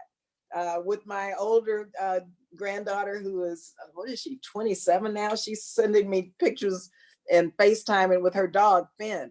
I never would have known Finn during this period. I know Finn now. And, so checking out their pets and wishing I had one. So I'm playing with pets online. So there are all kinds of ways that I never thought I would behave that I'm behaving now. Well, that's awesome. And congrats, Congresswoman. So one last question before we move on to our next speaker. So in these times, what does it mean to you to be a resilient leader? Well, to be a resilient leader means making sure people understand the reality of this emergency and do what we need to do to overcome this pandemic. But also being a resilient leader means to keep people's spirits up and hope alive, and making sure that people know we're in this together and we will get out of this. And as a former psychiatric social worker, my background is clinical social work, the importance of keeping one's mental health intact is extremely important. And so being a resilient leader for me means trying to be as many things to as many people as I can be, because these are extraordinary times, and I've been given the privilege of representation. And so for me, I had, being resilient means I have to make sure I use my mental health skills to help other people be resilient.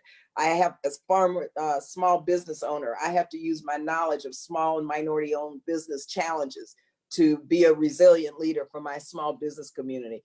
For my community, which is disproportionately impacted by COVID-19 and communities of color, I have to draw on my understanding of healthcare and what it means to be a legislator to make sure we include those provisions in our legislation. So being resilient means you just have to do the work based on your experience, based on your constituent needs, based on who you are as a person. So you have to know yourself, and you have to pull from your experiences and your compassion and your understanding of the world in which we live, and showing other people that this too shall pass and we'll get through this together. Excellent. Thank you so much for your time, Congresswoman. Okay. Thank you. I'll go check out my granddaughter now. Congrats again. Okay, thank you. Bye-bye. Good to be with you. Okay, next up, I am glad to introduce a very special guest to CAPAC In Conversation. House Speaker Nancy Pelosi of California.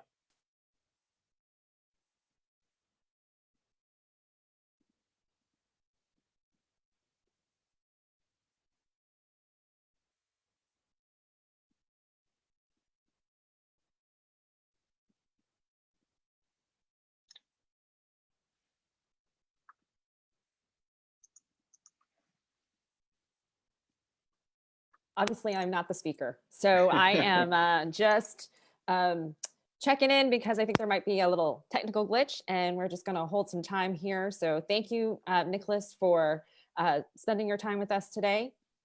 And they will let me know when she is ready to go. So Okay. I appreciate you doing this for us as we conclude our program this afternoon. It's been a nice 3.5 hours of a variety of CAPAC members. And so we've been very fortunate to have you and your colleagues of the AAPI journalists join us today, and we appreciate that. Thanks so much for having me and everyone else. And so all right, it looks... and we are ready to go. Okay, so I guess I'll introduce the speaker. So now I'm very glad to introduce a very special guest to CAPAC In Conversation, House Speaker Nancy Pelosi.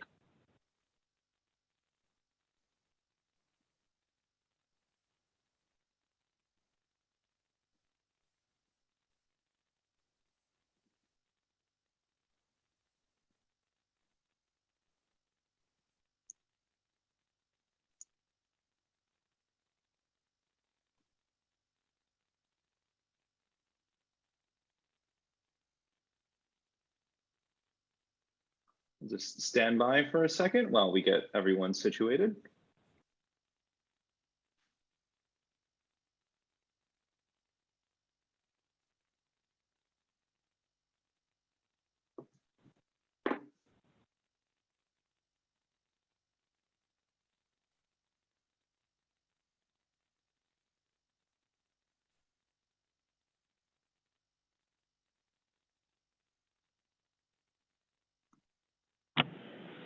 Good afternoon, everyone. Hello. Hi, great to hear from you, Speaker Pelosi. Good afternoon, everyone.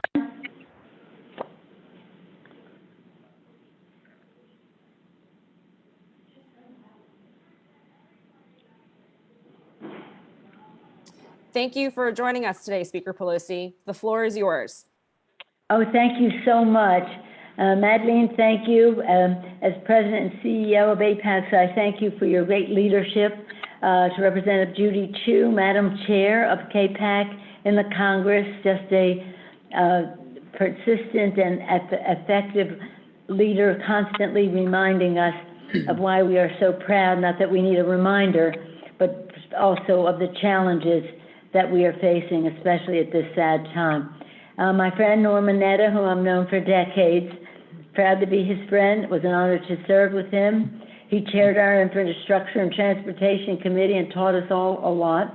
I knew him, though, when he was mayor of San Jose, and his contribution to our country is just an endless one, including being a founder of CAPAC and APAC.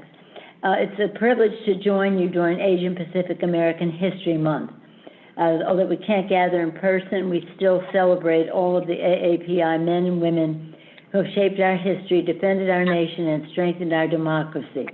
We had hoped, right, Judy Chu had us all set for the end of April for all the festivities that we were going to be participating in. Well, we'll do that on this. You've been doing that on these calls, and we'll do, when we can congregate again, we will make this a high priority. The AAPI's community's energy, creativity, and diversity have always enriched our nation, improving what I've always said as a representative of San Francisco. As I look in my district, I think the beauty is in the mix. I feel sad for my colleagues who cannot go home to a district so blessed by the AAPI community. For 25 years, you've been a force for progress for the AAPI community, APAC. Through the APAC Fellow Initiative on support for young AAPI leaders You've helped ensure that the community always will have a seat at the table. We're especially grateful to have APAC's fellow Meng in the Speaker's office this year. We find ourselves in a time of suffering.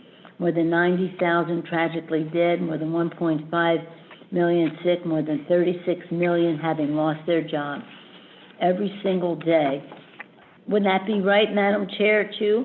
Every single day, Madam Chair reminds us that sadly, Asian Americans are not only fighting to protect their health, but also their personal safety amid a disturbing rise in anti-AAPI racism, with over 1,900 incidences in the past few months. Asian American men, women, and little children are being discriminated against, ostracized, and even physically assaulted because of their race.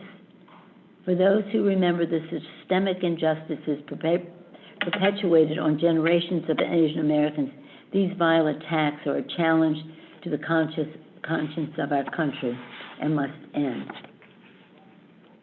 The Congressional Asian Pacific American Caucus, chaired by Judy Chu, continues to lead the way by condemning these attacks.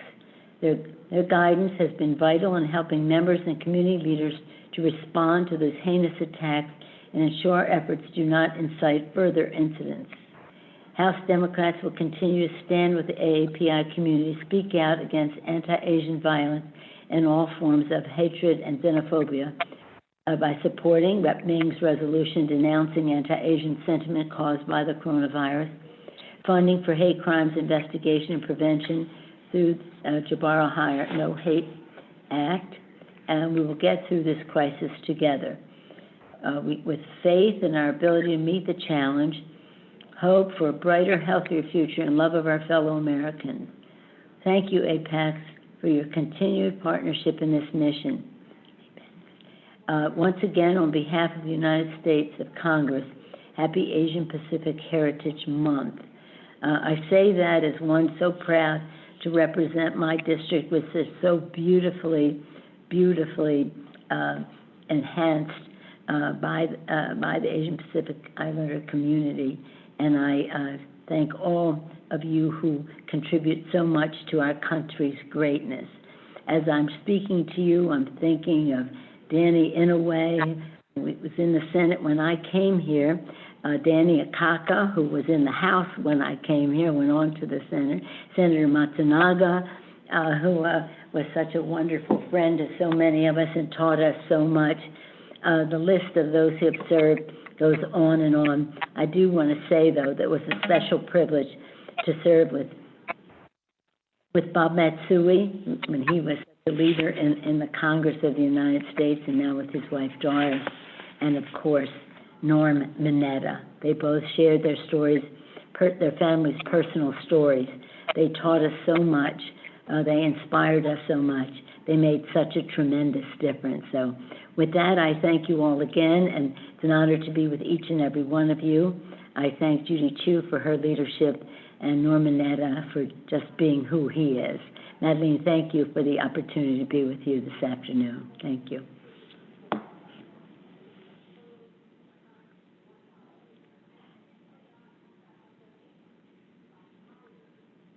Well, thank you, Speaker Pelosi, for joining us today.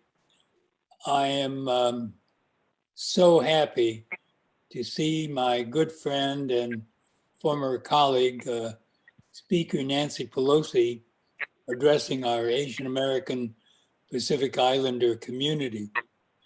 Speaker Pelosi has always been an ally to our community.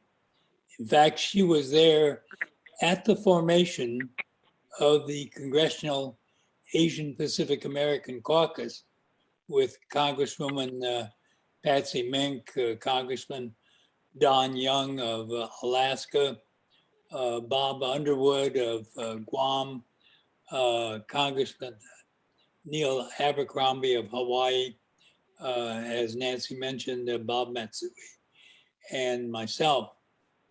And so it's really wonderful to be able to be with all of you. Excuse me. be with all of you to celebrate Asian American Pacific Islander Heritage Month and to celebrate the 26th anniversary of APACs and CAPAC. So at the start of this year, I was hoping to be with everyone tonight, in fact, at our annual APACs Gala. But it is fantastic that we are all able to gather virtually. Now, I know that since the tragedy of the onset of the corona virus attacks, that Denny and I have been very, very careful since we're part of that. I am especially part of that high security, high risk health group. And so I haven't been outside beyond our property line since March 10. And so again, we're being very careful and doing nothing really special except going upside down and backwards up the wall. And so we're trying to participate, make sure that we're all healthy. And so again, I want to thank you, Chairman Judy, to Madeline, to all of you who have been at APEX for hosting this event.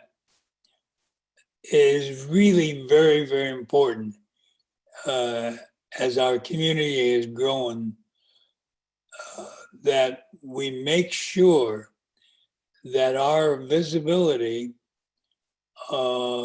is shown every day, because this is representative of the people living in our country. And I'm proud that we have representation with both APEX and CAPAC to do just that. When I think about the fact that when we formed CAPAC, we could have met in the phone booth. But today there are 20 some members, direct Asian American Pacific Islander representatives in CAPAC, and with all of our associate members, we are a force within the Congress and with the coalition building, with the Black Caucus and with the Hispanic Caucus. That caucus power is really important. And we are encouraged by that through the actions of Speaker Pelosi herself. So again, I want to wish all of you a healthy time and be safe in these tumultuous times.